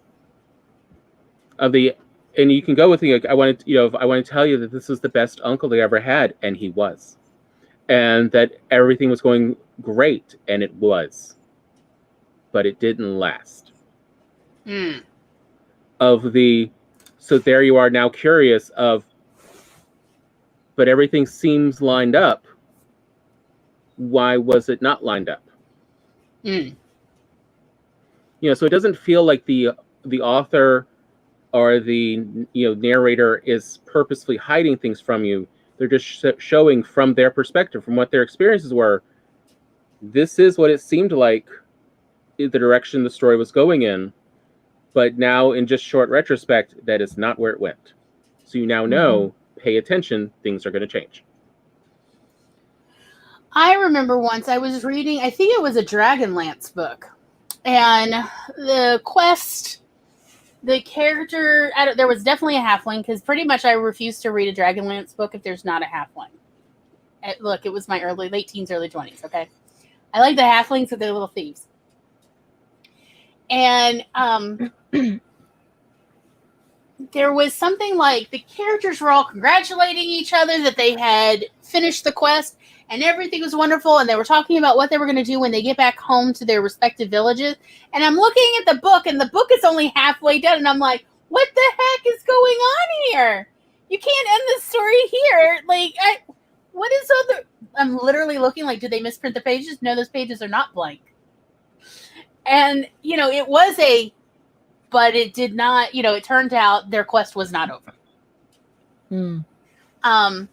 I think like what ended up happening was whatever the jewel or something that they were about to turn in for a reward got stolen from them right before, outside of the castle kind of thing, because it was a setup. So, there was still like half of a novel to get through. But yeah, of like you set them up of it's all going to be wonderful and this is the end. Oh, but it's not. I think that's also related to like a rising conflict. So it could be like a big conflict. You're like, oh, this has just come up. This has just started happening. And then the characters have to then act on this new thing that's popped up. And then that can continue things. But also just, somebody could come and knock your character out. And then you're like, oh, no, the character's been knocked out. What's going on? You need to read the next chapter. That works too. Since we all love to torture our characters. I would say, but I love the, in retrospect, this was, including like, in retrospect, I should have just taken that nap. I wish I'd actually gotten that sleep. Life would have been so much easier. Or do the opposite. But it's just, you're sort of giving them details to your reader, but not with a payout. You don't actually know how this changes things. You just know that it's changing. And that's really what a hook is. It says that there is change that is going to happen, but you don't know what it is yet. Keep your eyes peeled. This is a dog, but you can't really see her because she's black. I can see something eating from your fingertips. Yeah, I need a better light. So I'm going to like... It's trying to both keep detail on your skin and the shadows. This poor camera is being asked to do everything. Oh, I know this. There, I saw a tongue. Aww. Hello, pretty girl. Yeah, she's my baby. She likes her food. Let's see. Don't you, Annie? Oh, what a pretty girl. Yeah, she's my baby. A good girl. Yes. She's cute. Yes. She came for treats and to say hi. I think it truly, like, I was just thinking it really does show how we are on opposite sides of the planet, because the sun is now just starting to dim to set. You can see behind Tom's window that the light is starting to dim, and the light is now just coming to you. Yeah. Yeah, Oh yeah. it's starting. like It's actually bright almost outside. matched right now. Yeah, Yeah, it is. It's strange. kind of neat. I am in a darker room though, and my blinds are closed, but it is pretty much full daylight outside now. So Mm. So totally different parts of the world. I You're a just vampire who likes the tan. Yeah, a little bit. I just was like, it is kind of interesting that we have this lovely compare and contrast. I know it is. It is interesting. Mm-hmm. Yep. It's like one of the 2 times a year where we probably actually see this. I know, right? Have you seen Lady Hawk? It's that. Oh yeah. I Oh my god, I love that movie. Loving this movie so much. It's so good. Yes. It's kind of like that right now. It's like just that Yeah. moment where Yeah, one's this turning. Yes. Yeah, and we just see each other just before. Yes. Oh, I definitely was hardcore into that romance. Oh my god, I in love upper it. elementary, and my Mhm. father was like, "This is not a good romance," and I'm like, "What do you know? Yeah, this is What do you know, amazing. Daddy?" No. All right, now let's also get into the hook. I mean, into the zingers, into the Okay. payoffs. Okay. And how do you use them? Well, for one thing, you can definitely use them in the boring sections. Like we were talking about, like you need a hook before a long expository section. Put a payoff, preferably a different one than the hook beforehand, in the expository section as sort of a reward. So they, a zinger, so that they kind of feel rewarded for reading that section. So, like, you mean like a sassy, summation of something? I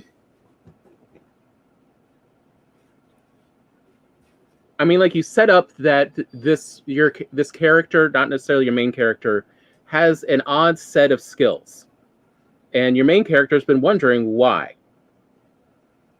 And they're starting to trust this other character less and less.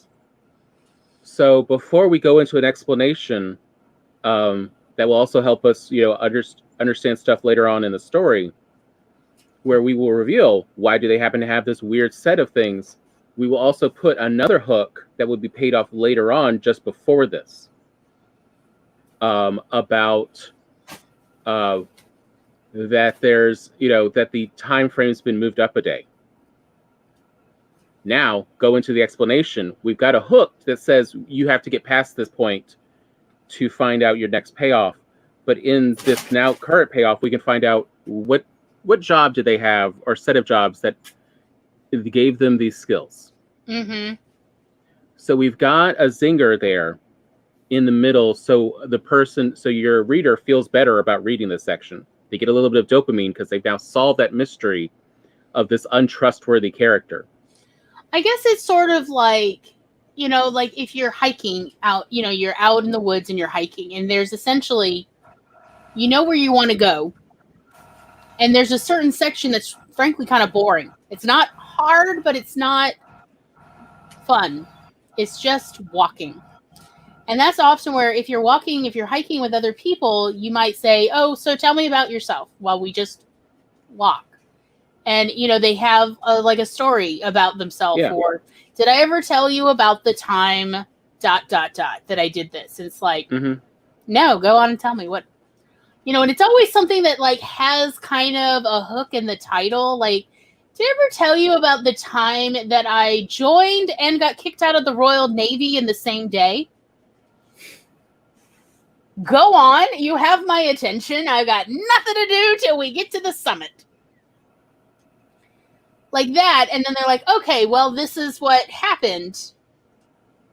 And yeah, the person will be like, but how did you get kicked out? Wait, I don't understand. What happened? The Queen was involved? Go on. Mm-hmm. And also, now that you mention it, which Royal Navy?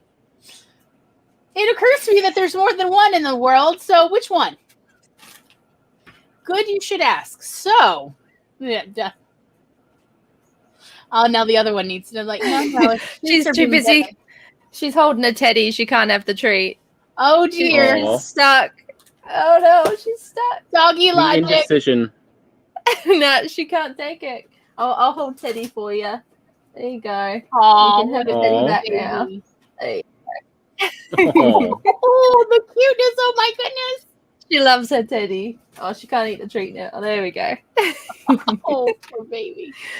But in this case, what we would do is like, so you're hiking Hi, Diana. and it's, it's so far to, the next, to the peak or wherever, the summit. Yeah, the summit. And you're like, but there's going to, you're gonna want to take a shower there. They have the most amazing shower facility. You're like, what kind of shower facility? You'll see. And now you've got. Tell me about it now. I don't want to wait. And instead, because delayed gratification always keeps your, you've now hooked them on that. Now tell them about, did I ever tell you about when I got, when I joined and got kicked out of the Royal Navy? Of that way, there's a hook for later on in the story of what's going to happen at that summit. You mean in that amazing bath that's up there? Yeah. Of like, well, what's so amazing about it? We will find out later. But now we're going to talk about this. And in there, we're going to explain why this person can be trusted. That way there's always this overlap. There's a leapfrog situation between your hooks and your zingers. Because if you do a hook and then you do a zinger, a payoff for that hook, your reader then has no reason to read further. They've now gotten their payoff. They don't know how much further they need to read before they will get another hook and then the slog to get to the payoff. So you always need to have a leapfrog overlap. There's hooks and zingers or payoffs for that hook, but they're not in order. Yeah. Okay. I think, and that's really. I was going to say it also kind of relates to having that tease of information as well that grabs your attention. Yes. So I figure now is probably a good time for us to enjoy Laura's 10-minute bat timer that she made out of a well-adjusted gilt for me. On her bat channel. Yes, on her bat channel. And then when we come back, we are going to talk about various other ways to thread in hooks and zingers, and then we will wrap up. And if anybody is interested in coming on screen and having their say, let me know if you don't already have access to StreamYard link, and I will send it to you. But here we go. And may I remind you once again, if you do work on your stuff, be sure to save your work, stay hydrated or dehydrate, and be sure to get a snack, walk around, do all the things, and we will meet you back here in about 10 minutes.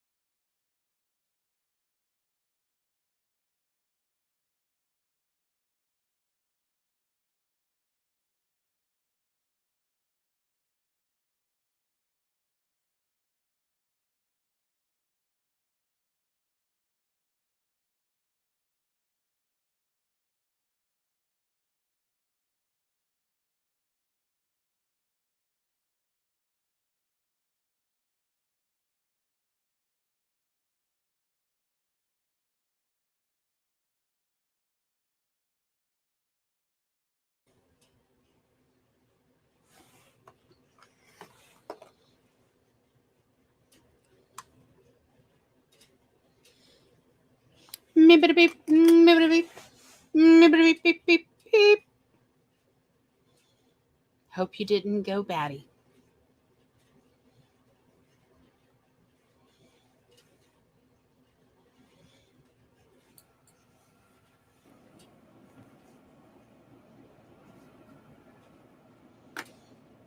Well, here we are.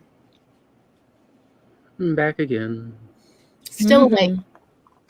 Almost. That's what sugar's for. I mean, no, it's not. Health.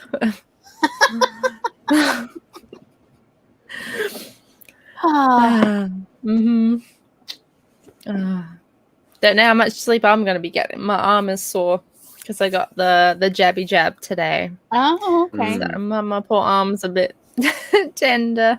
Yeah. You about to go to bed too? Yeah, soon after this, I think. Yep. Get that much needed rest. Get that immune system going. Oh, yeah. Remember, you can take an anti-inflammatory after you get your jab. You just can't take it before you get your jab. Yeah. It's not too bad. It kind of is just like a flu shot. I haven't had any other symptoms. So, just this sore arm. Yeah. Which is good. Yeah. So yes. Suspense kind of reminded me of, a case in point of what is a hook and a zinger, and it's Chekhov's gun. Yes, we talked about it just like an hour ago. You were there. Everyone saw it. ADD is amazing. This is what it's like living with you. We're both very tired today. Yeah. It's okay. We are both very, very, I don't know why. Tom's theory is that our bodies, IOUs, are like, you owe me this and you owe me this. Oh, did you relax? Are you not feeling under immediate pressure? I've got a lot of IOUs you wrote. I'm turning them in now. Yep. Yeah, my energy's kind of dropping off a little bit, tapering. Yep. Oh, OBS. I use slobs for my stream. But I might be able to help if you need help, Charlie.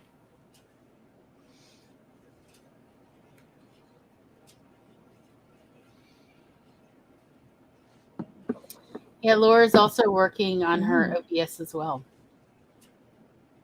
I don't know how similar OBS and Streamlabs OBS, the kind of... They're similar. They're based on the same software. Yeah. So I might be able to help a little bit if you guys need help. Yeah, because I'm absolutely clueless about OBS. Streamlabs, all of it. And I just don't have a strong enough computer to run it, so it's just not worth it. Oh, no. Yeah. Yeah.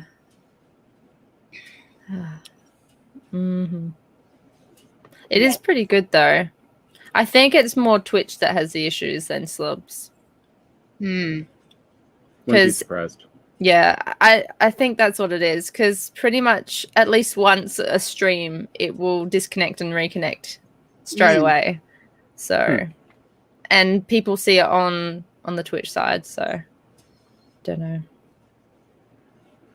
Yeah, Slubs is pretty easy to use, and there's like so many tutorials and videos and things online for it. And you can have cool overlays. I don't know if you've seen my streams, but I've got like the frame over my face, and that is free. You can get all of that for free, pre-done as well. So makes it a lot easier to do. You don't have to pay. Nice. Yeah. Did not know that. Yeah, that's good. Yes, Kat has a dragon on her OBS, and you can feed the dragon. Yeah, you can get heaps of like extra added things. Yeah, they're fun. There is all sorts of fun stuff. We just have not yet explored it yet. But I think the future is OBS on Twitch, so eventually I'll have to learn how to do it. I just definitely need mentoring first. Yeah, that's all right. It's not like too crazy, like hardcore on the interface or anything like that. It's pretty user friendly, and yeah, with all of the tutorials for basic stuff, and like it's got tabs inbuilt in it saying this is where you go for like the themes, and you just click on the button and it brings you to the page, and then you can just install it from there. So it's pretty usable. That's cool. So hooks and zingers, here we are, the final round. You already posted, one of my favorite surprise hooks with zingers was that one from Gravity Falls. Yes, is it the Lammy song? Yes. Mostly because it seems like such a throwaway line at the beginning of we're not going to find out this one. This one, that's too much fun. And then at the very end, nope, there's a payoff. He's got to sing the whole Lammy song. Yep, dressed up and everything. The whole Lammy song. It is adorable and ridiculous all at once. Yeah, I find something that I like doing as a hook is dropping bits of information. So, we've just found out this. Oh, what does that mean? What does that lead to? And then the characters themselves are kind of questioning. I think also because I write in first person present as well, the reader mainly only knows so much as what the characters do. And so you're constantly kind of investigating with the characters. And you're like, okay, this leads to this. And then how does that affect things? And what are we going to do about it? I mean, it's so often forgot that just because an item is named something doesn't mean it's used in the most obvious form of that. That, there's a lot of different uses even for the word green. Okay. Or that it could be a translation error. But authors do have this, do sometimes get stuck in that trap of, well, I know this. It's like, yeah, but your reader doesn't have to. They could find out later. First, you can, set up some false, assumptions and have your characters go with this too. And so much fun can be had. Because now they have to fix the problem that, they themselves set up. And that can cause all kinds of conflicts and dramas as they kind of figure things out and realize that wasn't how it seemed. And then they have to relearn whatever it is. I mean, there's few ones that are more obvious in this is not going to be what you think than so-and-so's treasure. Well, what is it that they treasure?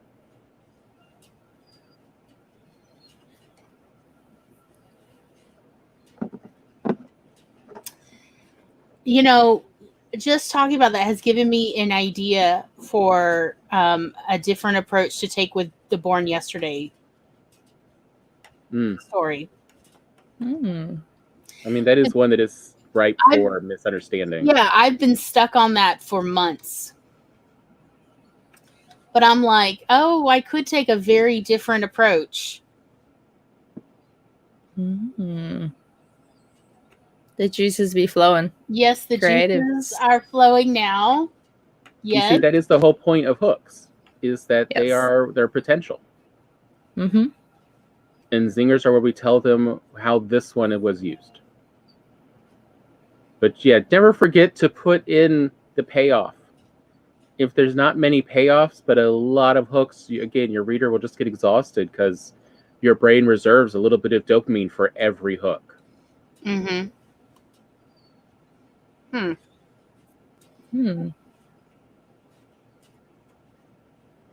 I mean, I've definitely known people in like fantasy who read fantasy novels where they didn't make it through halfway through the novel just because all the payoffs were in the second half of the novel, but there was just so many hooks at the beginning and it just gets exhausting after a while. Right. And there were no payoffs in the first half of the novel and they just gave up. It's definitely about frequency and pacing of those payoffs. Yeah. Like, my rules for listening to stories is you get 1 hour. 1 hour, of my time. And if I'm not having a good time by the end of the hour, I'm not going to continue listening to the book. So that's how I determine it. And, not every story has gotten a full hour. I'm going to be honest. There's a couple stories that it was like, for other reasons, it was like 10 minutes in. Nope. Marley and Me. Nobody warned me. Or no, Dancing in the Rain. Nobody warned me this was from the perspective of a dying dog. I'm out. I cannot drive and cry at the same time because I can't see the road. So, but like, remember that one, Tom, that I was listening to a couple years ago where like these people hop through libraries, and I'm like, where is the point here? I know there's the big story arc, and I know where we're supposed to be heading, but I don't understand what's happening. And also there's drama, but it doesn't even make sense to me. Like, there were so few payoffs. There was lots and lots of questions, and nothing was getting answered. And it's an hour of no answers. And I'm like, no. Yeah. I cannot trust this. I don't know this author. This author is new to me. And I don't know that I can trust them to actually answer this stuff, or that I'll like the answer. Like, will it be a satisfying payoff? Or will it, in fact, be like, oh, it's a wonk, wonk, wonk? Yeah, it needs to pick up at some And it's like, point. and saying all that, there's nothing wrong with having multiple hooks in that first chapter. Mm. But if you're going to you do should that, definitely have have hooks. a payoff. Have at least one payoff in that first chapter as well, so your reader now knows, what does the payoff look like? What kind of, what can they expect from it? How deep or surprising will the hook translate to a payoff to a zinger? Because again, you want to make sure you match those expectations. People who are expecting a big payoff and just get a minor, 1-2 sentences are still going to be very disappointed, even though it did pay off, but it didn't pay off to the level they were expecting. I also think about, like, if you want your reader to get that dopamine kick at the end for any payoff, it may be necessary to also kind of guide them on what the payoff is going to be before you get there. You don't want to set expectations too high. Or just too wrong, oh, well, so if we're talking about a murder mystery, at some point there's often a chase of some nature. And, you can definitely have the reader set up to think, oh, we're chasing person X. But in fact, we're chasing person Y. During the chase, you can give little hints that, there's inconsistencies. Like, this person has long hair, but person X doesn't have long hair. They have short hair. So the person chasing him is thinking, wait, this person I'm chasing looks like they have long hair, but person X has short hair. Did they put on a wig? Yeah, did they put on a wig? Like, essentially, to kind of get the reader so that they will be in line and actually get that dopamine kick when we do finally, as readers go along, and we find out who is the person that was running away. That we take them with us. We don't leave them to do a surprise payoff. Most of the payoff should feel satisfying rather than, I didn't see that coming. The twists are, your hooks are more than likely the ones that you want to see. Oh, I didn't see that coming. Versus the payoffs you do want them to see coming in order for them to get that dopamine kick so that they feel satisfied with it. And there are just simple zingers you can make, like where one character says what they really think of another character. That, you suspect the readers probably are thinking this as well. Charlie says, especially with the rise of anti-narratives in the fantasy genre, setting up those payoffs are rough. Yeah.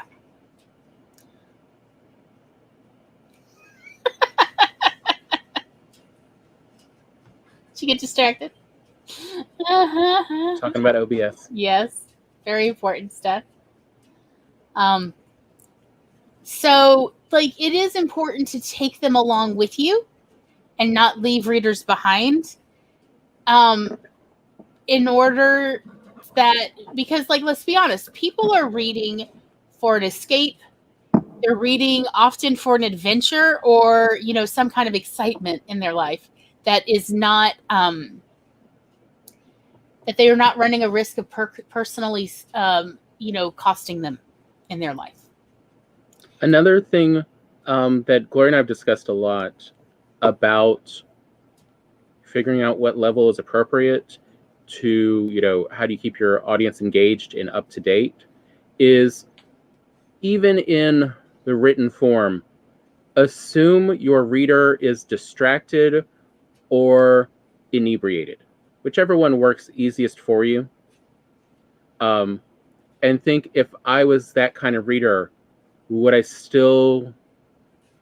able to keep up in the story? You know, hence the problem of sci-fi with too many very hard to pronounce names that look very similar. If you're distracted or inebriated, it's hard to keep those characters, you know, distinguished between them. Or if there's just too many stories in this hunt as you are trying to find someone, again, they can, you know, start forgetting little facts and stuff that are supposed to be clues.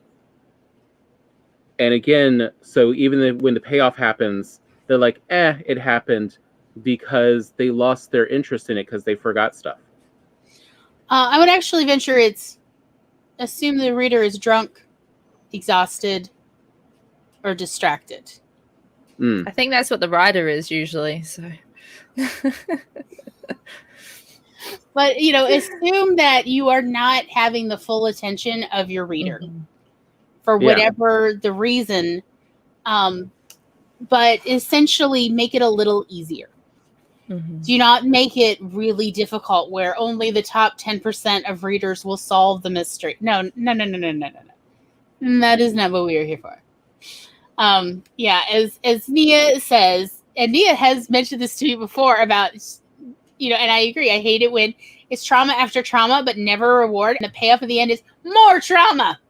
Yes, especially when you grow attached to a character, for them only to go through these hard ordeals and character growth and then killed off at the end. That really irritates me personally. Like, not to say that some things like, say, the movie Aliens or whatever, like, you know that some of the characters are not going to survive, but it's not set up in a way that there's a bunch of character growth. And, I mean, you do get attached, but you kind of know already.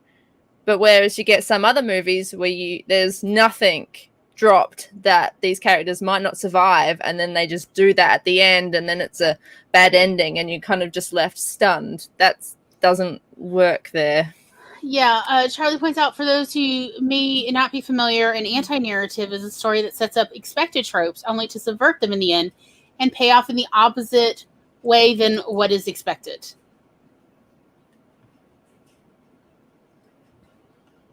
Yes, like a romance that is headed for a happily ever after, but then the lead dies. That is not a romance, it's a tragedy. Correct. Yep. Also, it is not a romance by the conventions of that genre, and those kind of readers will come after you for your blood, and deservedly so. Pretty much you have to have a happily ever after or a happy for now. Otherwise, they will burn you in effigy. Because that's what people are reading for. That's the exact reason why they're going towards for that. Yeah. That's their payoff, and they are entitled to that. And like you were saying about character growth, don't have your character grow to then just kill them off immediately, so they can't even use the growth they just earned. Yeah, that's what really, like, all I was thinking about was how much I'm still, after all these, like a decade now, ticked off about that Avicii music video Tom sent me like years and years ago. I think it's for the song I'll Be the One or something like that. But, and, you know, here I shall now ruin it for you. Because what do I care? So it's the protagonist has a miserable kind of 9-to-5 job. She feels absolutely stuck. She tells her therapist about it. The therapist just recommends more pills. You know, she's truly miserable. but she goes to sleep at night and she dreams that, or she wakes up and she's on a tropical paradise and it's everything she ever wanted. And as well as, oddly enough, she's also a jerk to a child on the beach. I don't know what that's about, and I don't quite get it. But man, I guess I'm not Swedish enough for this song. But anyway, every night she, wakes up in this tropical paradise, and then the alarm goes off, and she wakes up, and it's her real life where she's absolutely miserable, and she's surrounded by people who are proudly showing off business cards and stuff. And she's just like, this is a terrible life, and she hates her life. And finally, at the very end of the music video, she decides, I'm not going to put up with this anymore. I'm quitting this job. She leaves in a rumble, flipping everybody off, throwing printers, whatever. And at the very end, she's like on the phone booking her trip to a tropical paradise. It's booked. She walks out, not paying attention. It's immediately run over by a vehicle. And that's the end of the music video. And I'm like, ugh. Yeah. It's also kind of got that that feel like that it was all just a dream kind of trope, where it just feels so worthless and disappointing as well. Like it's a really fake payoff, effectively. Yeah.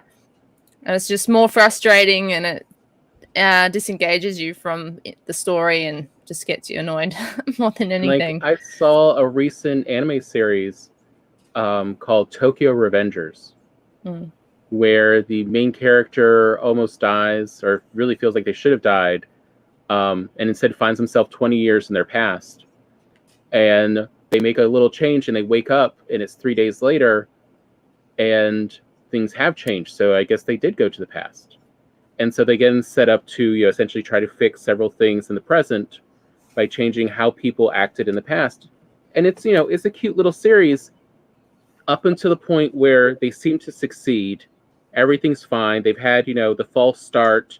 We now have to try even harder. All that. We reached episode 12, and right towards the end, the person the main character was interested in, that sort of they were going through all this to help her live, still gets killed again. And it's like, oh, so we're going to do one of those. This isn't a short self-contained series. It's one of those, this is just going to keep going on for eternity, as long as the writer has an idea to just sort of milk this concept. And it's like, I don't care anymore. I like this story as a little 12 episode arc. It's a good self-contained concept. It's got an ups and downs. The pacing's all right. But once you essentially indicate oh no, we can just keep pulling this off as many times as we want, because the future will be different. So who knows who the next bad guy will actually be? It becomes I've lost interest. Because there's no end in sight. It's just a marathon now. Isn't that sort of like Happy Death Day to you? Yeah. Where it was like, wait, Happy Death Day, I thought the whole point was to save her from this killer. Wait, there's more? Or wait, this seems... Yeah. And I mean, like, they did actually address that in the second movie, to like, no, we swear this is not a mere gimmick. Quantum, whatever. Anyway. Yeah, you can have like the twist, but it's how it's kind of portrayed, whether it's a twist or if it's a lead on, and then they just kind of cut you off short. And again, that's sort of maintaining your reader's expectations.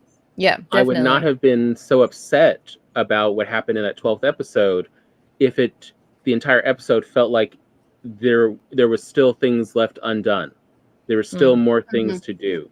Versus it felt more like a, overall closing. There was one or two little questions they had that sort of indicated this might continue on, but it overall felt like closing up, and then all of a sudden at the end, ha ha ha. And it's like, I don't care anymore. I cared throughout all of this, but you changed my expectations at the very end.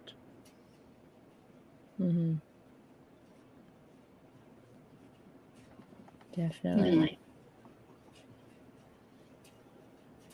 Good But point. that's also the nice part about just doing a lot of smaller hooks and zingers is you never let them build up too much. Yeah. The bigger the build up, the bigger the payoff has to be.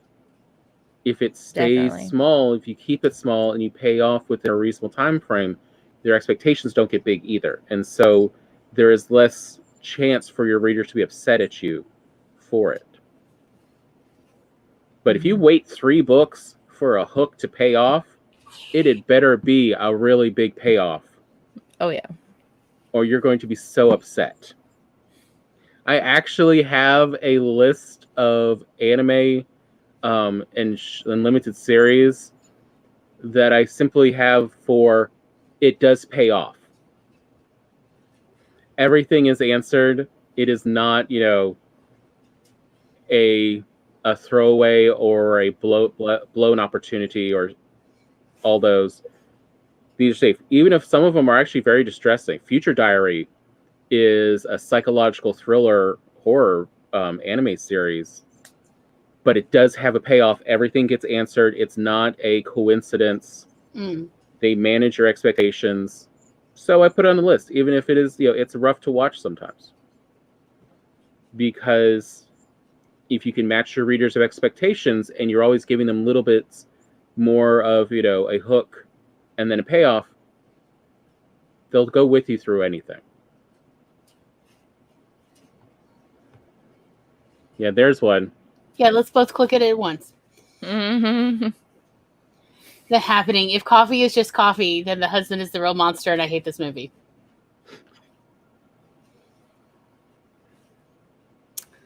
I did not watch it.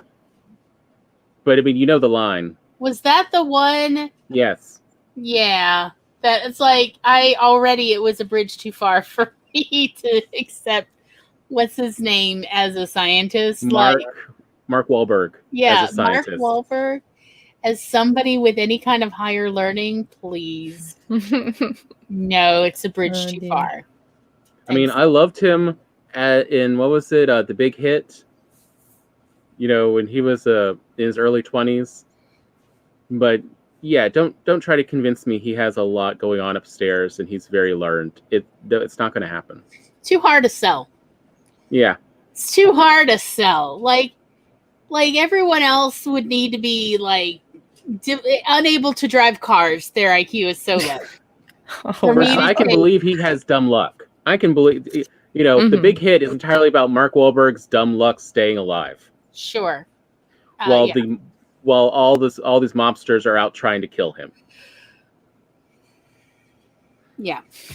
But he's going to figure this out with his brain power? Mm-mm. No. There are so many other people I would have cast instead of Mark. Anyone off the street.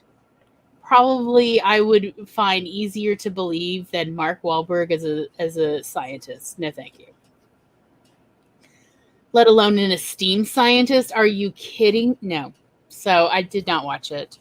I tried to watch it, and I literally made it like 10 minutes. Charlie says it is a movie where they outrun the wind, and he is mad at his wife for having coffee with another guy. And then it is revealed that coffee is just coffee. Wind, take them away. I'm done.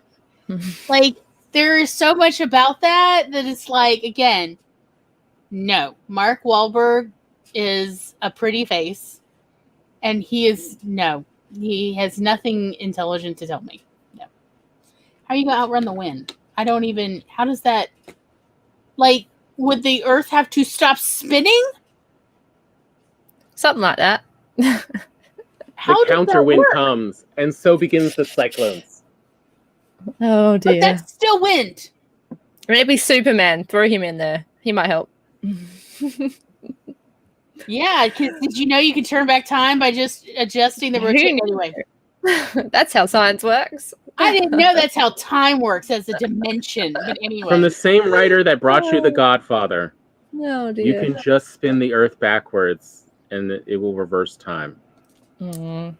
And that it's just coffee. She was just having coffee with another human being. Honey, when the world stops falling apart, you need to get a divorce. That's all I have to say. Look, he He may be easy on the eyes depending on what you're into, but he is not worth that level of jealousy, you know. On foot with running and they get ahead of the wind. Oh my, I am so glad I fell asleep after 10 minutes. I think that's how wind works. So that is a story actively written by cocaine itself. Yep. Like no human was involved. It was just a bag of cocaine and a pen. That is not coherent. No. I do not need stories written by drugs. So, God.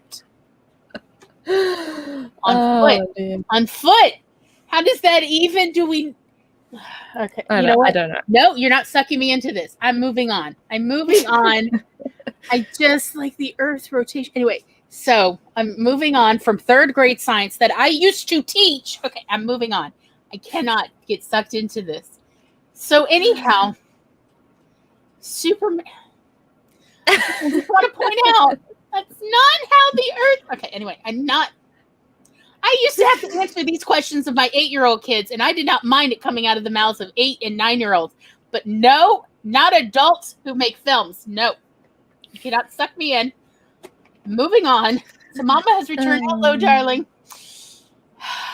You know, we were just talking about managing your readers' expectations. Mm-hmm. Hooks and zingers are great, but you need to pay them off within a reasonable time. Although preferably have a hook pay off that's a previous one, not the hook you just set up. Yeah. Whenever that happens in a book, it's like, and this is where I'm going to bed. Right, and that's why I put it down. Yeah. Because I don't have anything else I'm wondering about. Mm-hmm. I have been known to put down a book in the middle of a chapter, be like, I'm going to sleep. Bye. I do that, yeah. I do not wait for chapter ends. Terry Pratchett broke me of the habit of waiting for the end of a chapter because, and I am not kidding. Okay, Tom's laughing because he knows this punchline. And this is true. It took me 3 books to realize that there's no chapters in a Terry Pratchett Discworld novel. There's no chapters. It just never came, Tom. I don't know how I keep missing these chapters. Missing it. Yeah, I'm so tired. I must be missing it. It took me 3 novels. Dear. It took me 3 novels to realize I was missing, that I kept waiting for the chapter, and there it is 4 in the morning, and I'm still up reading because I thought, well, I missed the chapter. I'll just keep reading till I get to the next chapter. Yeah. Took me several books. Well, I will say I will stop in the middle of a chapter if depending on how long the chapter is and how much time I have to read the chapter. And I can usually find a point in it. But in saying that as well, the book that I'm currently reading, I've already played the video game version of, so I know the story. So it depends. Like if it's a book that I don't know, especially if something really intense is happening, I'm putting that thing down. Like I'm just not sleeping that day, you know? Mm-hmm. But yeah, depends on what the hook is and what the payoff is. As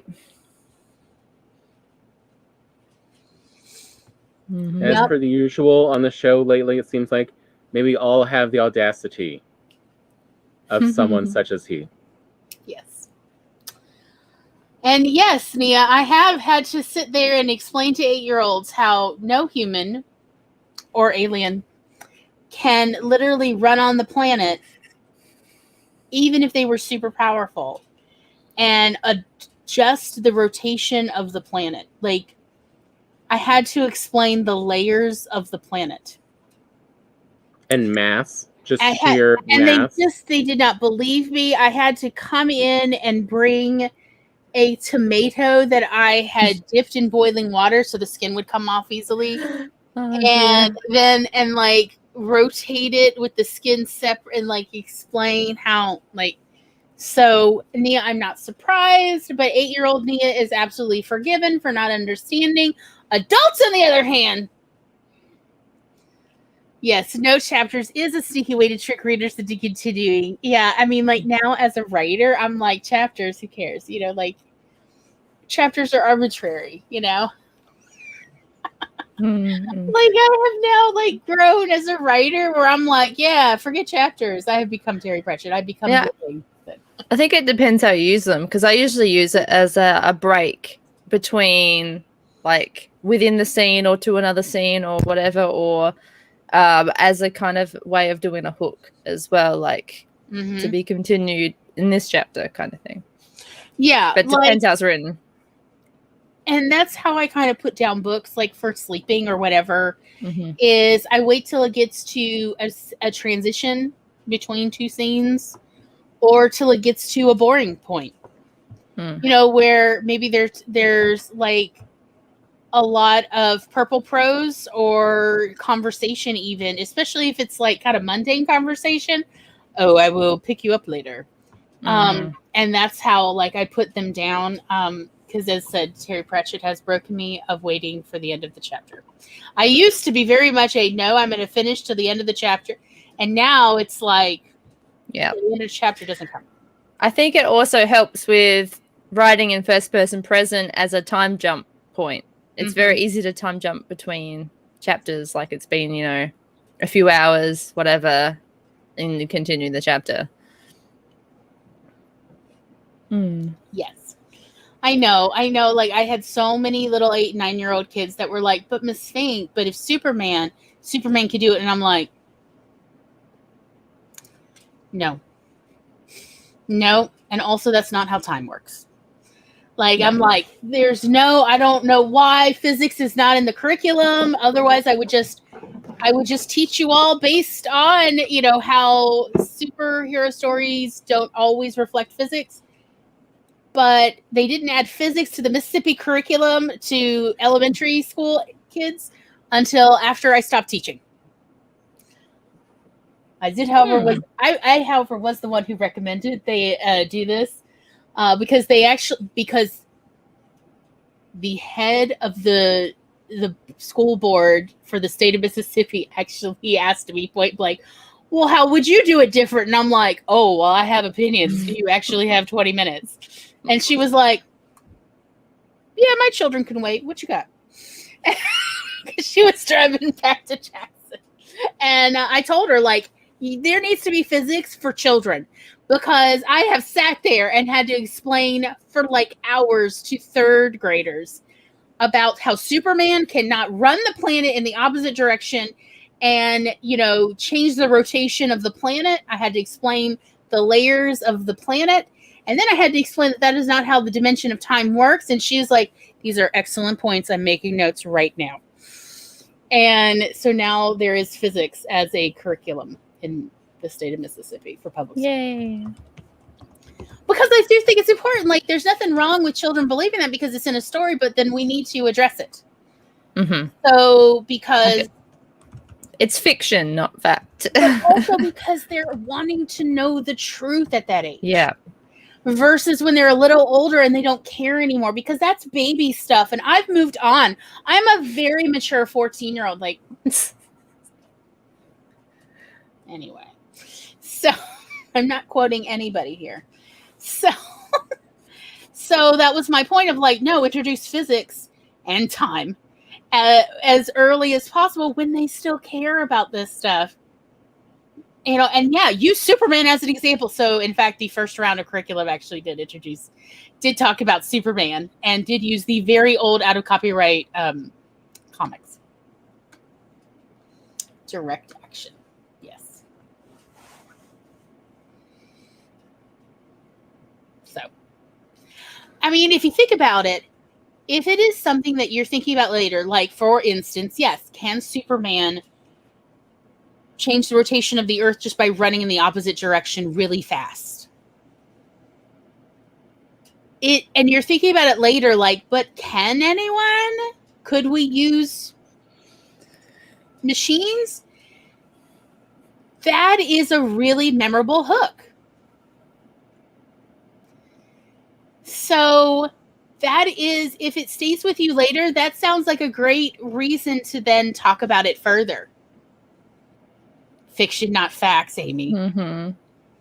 One day you're going to get quoted on this and you'll be like, oh no. Oh dear. I'm not part of the problem, I swear. I'll just run all of my cyberpunk books through like all the scientist students at unis and get them to to check it all. I do try to check some things. I did ask an astrophysicist friend, she was studying it at the time, to help me with how long it would take for a ship to come out of orbit and crash land. So she gave me 10 seconds. I'm trying to be a little bit accurate in things when it comes to the physics. Good. And I mean, look, when we're talking about science fiction, there is wiggle room to kind of play with it. I invent my own shit all the time, so it's great. It's part of the good part of the thing with the sci-fi. My probably favorite episode of Doctor Who is all about how long will it take a ship to crash from orbit. You know, was it the Christmas Carol one? Ah, yeah, yep. Where it's stuck in the clouds and just somehow takes an hour. 10 hours? Yeah, supposed to take 2 hours? 2 hours for it to crash? No. And it's like when you see lots of movies and the ships are just stuck still in space. And it's like, no, that's not how physics works. The only point where you could have a spaceship be absolutely still in space is if you had reverse thrusters keeping it in that same spot. Otherwise, it will drift to some degree. Drifts. Yeah, because inertia is an important force in the universe. And it is an unignorable force. Like, yes. As was taught to me when I was 6 by my parents, who were, you know, very much do you not understand what inertia is? And I'm like, did you know that I'm 6? I did actually say that. And they were like, we are aware of your age, but we thought you understood how inertia works. And I'm like, when do they teach that in school? Because I haven't finished learning how to read. I'm still reading about Buffy and Muffy, 2 main characters in my reader. Y'all, Buffy and Muffy do a lot of things. And quite frankly, they never reach any kind of, conclusion. I very much hated this reader book that we had to do all year because I was in the slow reader group. Because, I did not actually learn to read till I was 9. So it was the continuing, unending adventures of Buffy and Muffy. I kid you not. Buffy was a panda. Oh. And Muffy, I want to say, was the world's largest mouse. Because Buffy and Muffy were the same size. So if you think about a panda, that's a huge mouse. That's a frightening rodent. That's called, I've learned to draw this at one size. I am not drawing it smaller. And they wore clothes, and they made interesting choices, but the clothes were purely decorative. They did not actually cover them properly. Like, their skirts never actually covered their belly bulges. So, yeah, they were not actually teaching us about inertia in 1st grade.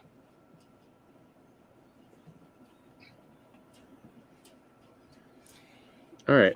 So, anyhow, does anyone have any final thoughts about hooks and zingers, lasting impressions, whatever? What are your final words? Everybody go for it. Make sure you balance it. Probably my favorite writers of hooks and zingers are British. Specifically, Douglas Adams, Terry Pratchett, to a lesser degree, Neil Gaiman. I do really enjoy the way they do it with a lot of little throwaway lines that you're not sure if this is actually a hook or not. Mm-hmm. And so the payoff is always a pleasant surprise.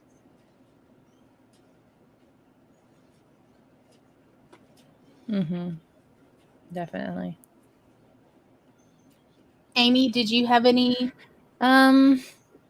Make sure that it's interesting and it's captivating. Otherwise, it's not really much of a hook. And then the payoff needs to relate to that and be kind of on par with that as well. You don't want to... if it becomes something more exciting than what the hook seemed, that can work. But if it goes the other way, it just is disappointing. So Mm. It's true. You do have to be careful with hooks becoming more important than the rest of your premise and the main story. Yeah. They can get away from you, especially if you're not really sure how to have them pay off. Yes. Yeah, some books and movies and that tend to fall into that pit where the hook or the way that they kind of made it out to be seems so much more impressive than what it ends up being, and then it kind of doesn't work. Raise the stakes. That's what I did. Yes. That's a good one. Raise the stakes. I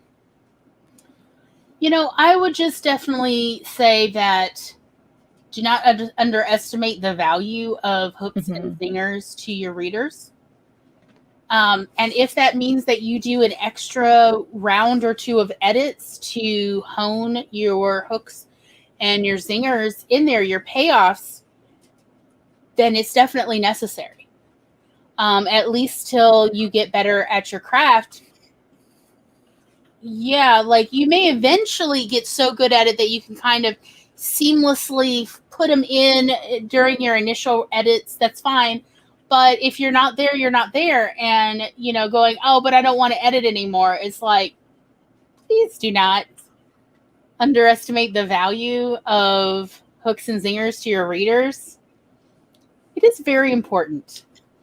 And while our readers might not necessarily be articulate to explain that to us, it's definitely in their satisfaction with the story.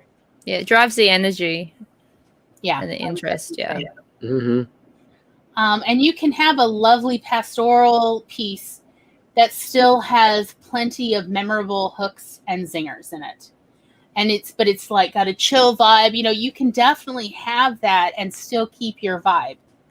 It doesn't necessarily change the intensity of your story, although you can certainly use it like that. But it definitely drives up the enjoyment factor for readers. So it's something I think is very important to cultivate. So with that, next week, we are going to be talking about the joys of editing. Yes, there can be some. I promise. It is possible. I would not promise you if I did not genuinely believe this and based on decades of experience. I promise. Editing can become a thing that is very gratifying for the writer. I'm not saying every moment of editing is necessarily the love of your life, but the process can, in fact, be very gratifying. And so we are going to go over, because I've had plenty of people give me feedback that they hate editing, that they don't know how to edit, that they have no drive or interest in editing. And so I'm like, well, lifetime editor here, because my mother needed an editor and couldn't find an editor, so she made me one at 11. So at 11 years old, I'd only learned to read 2 years prior. My mother was like, I'm going to train you to be an editor. And that was actually how I got into the writing industry, was initially not as a writer, was as an editor. I've edited for a lot of people since. And I've edited both periodicals, fiction and nonfiction. I've edited humorous. I've edited academic. I've edited, you name it. I have been paid to do it. And in fact, it's... aside from babysitting, was actually the second thing I was ever paid to do is editing for other people, for academics, professors and grad students and so on.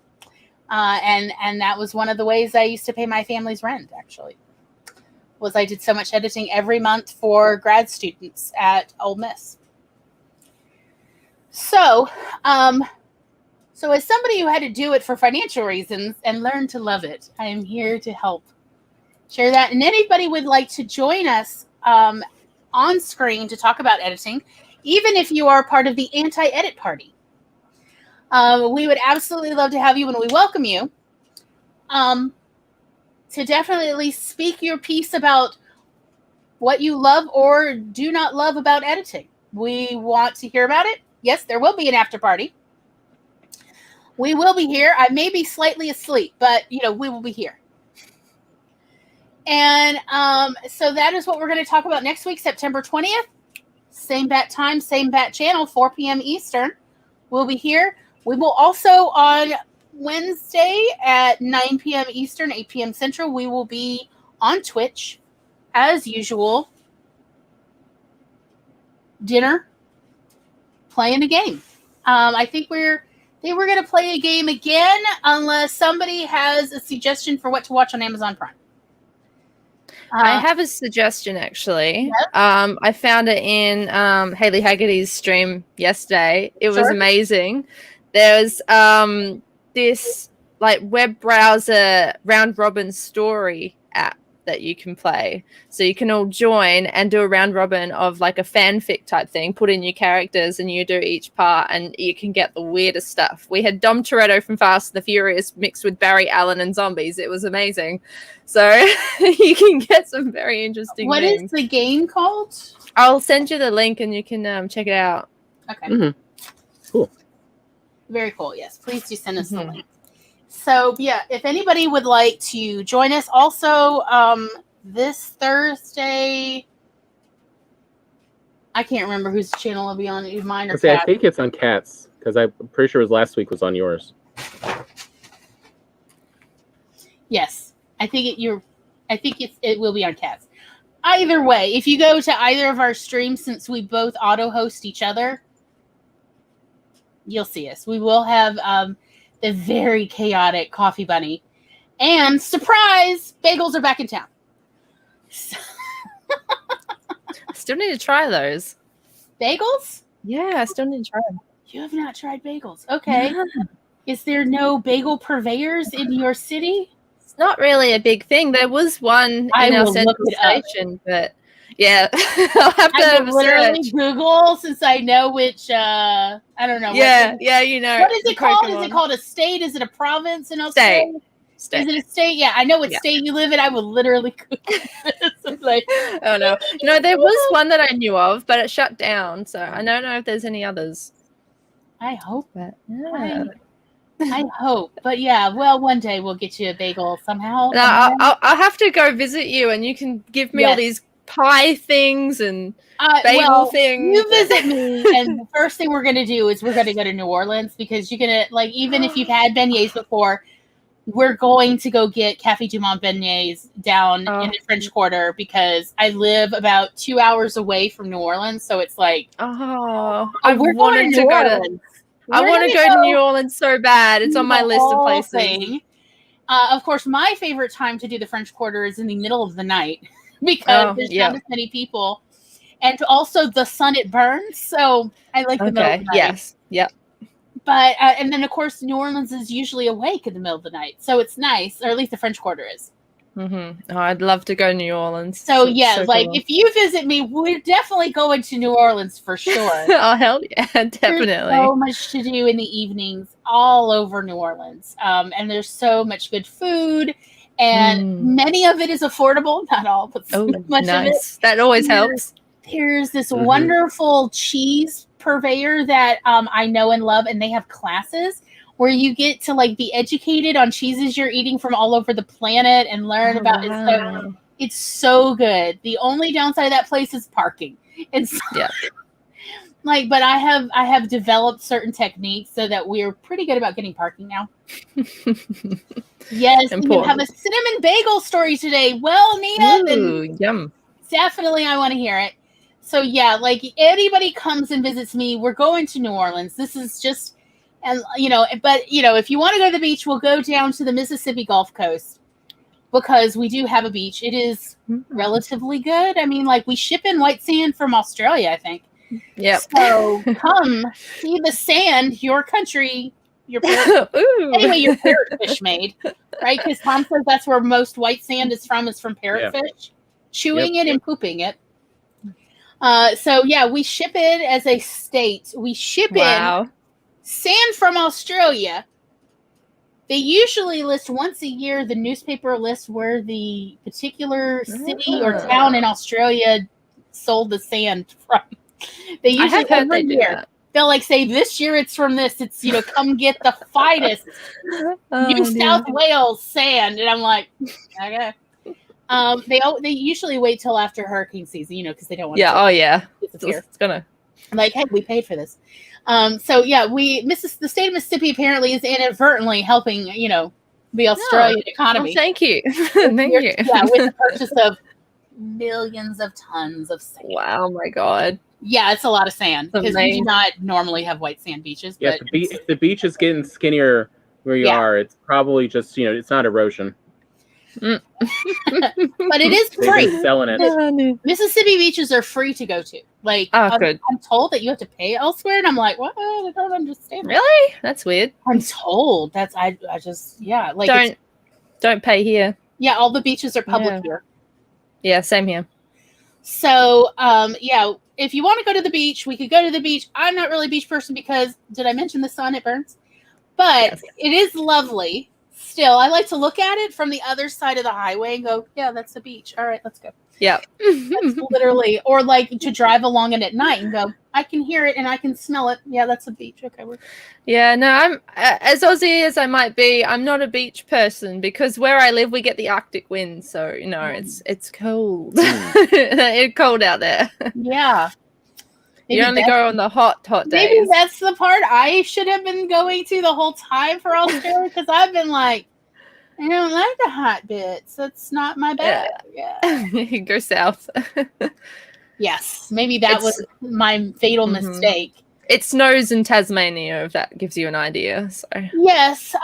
When I lived in the Philippines, we used to, for some reason, for like 8 hours a day, get Tasmanian television on one of the cable stations. I have learned a lot that I did not need to know about Tasmanian sheep farming, y'all. Oh my God. It's a joke within Australia, don't worry. It's so political and like needlessly. Like it's like petty people politics. And of course this is late 90s. Yeah. Sheep farming in Tasmania. That's when I lived in the Philippines.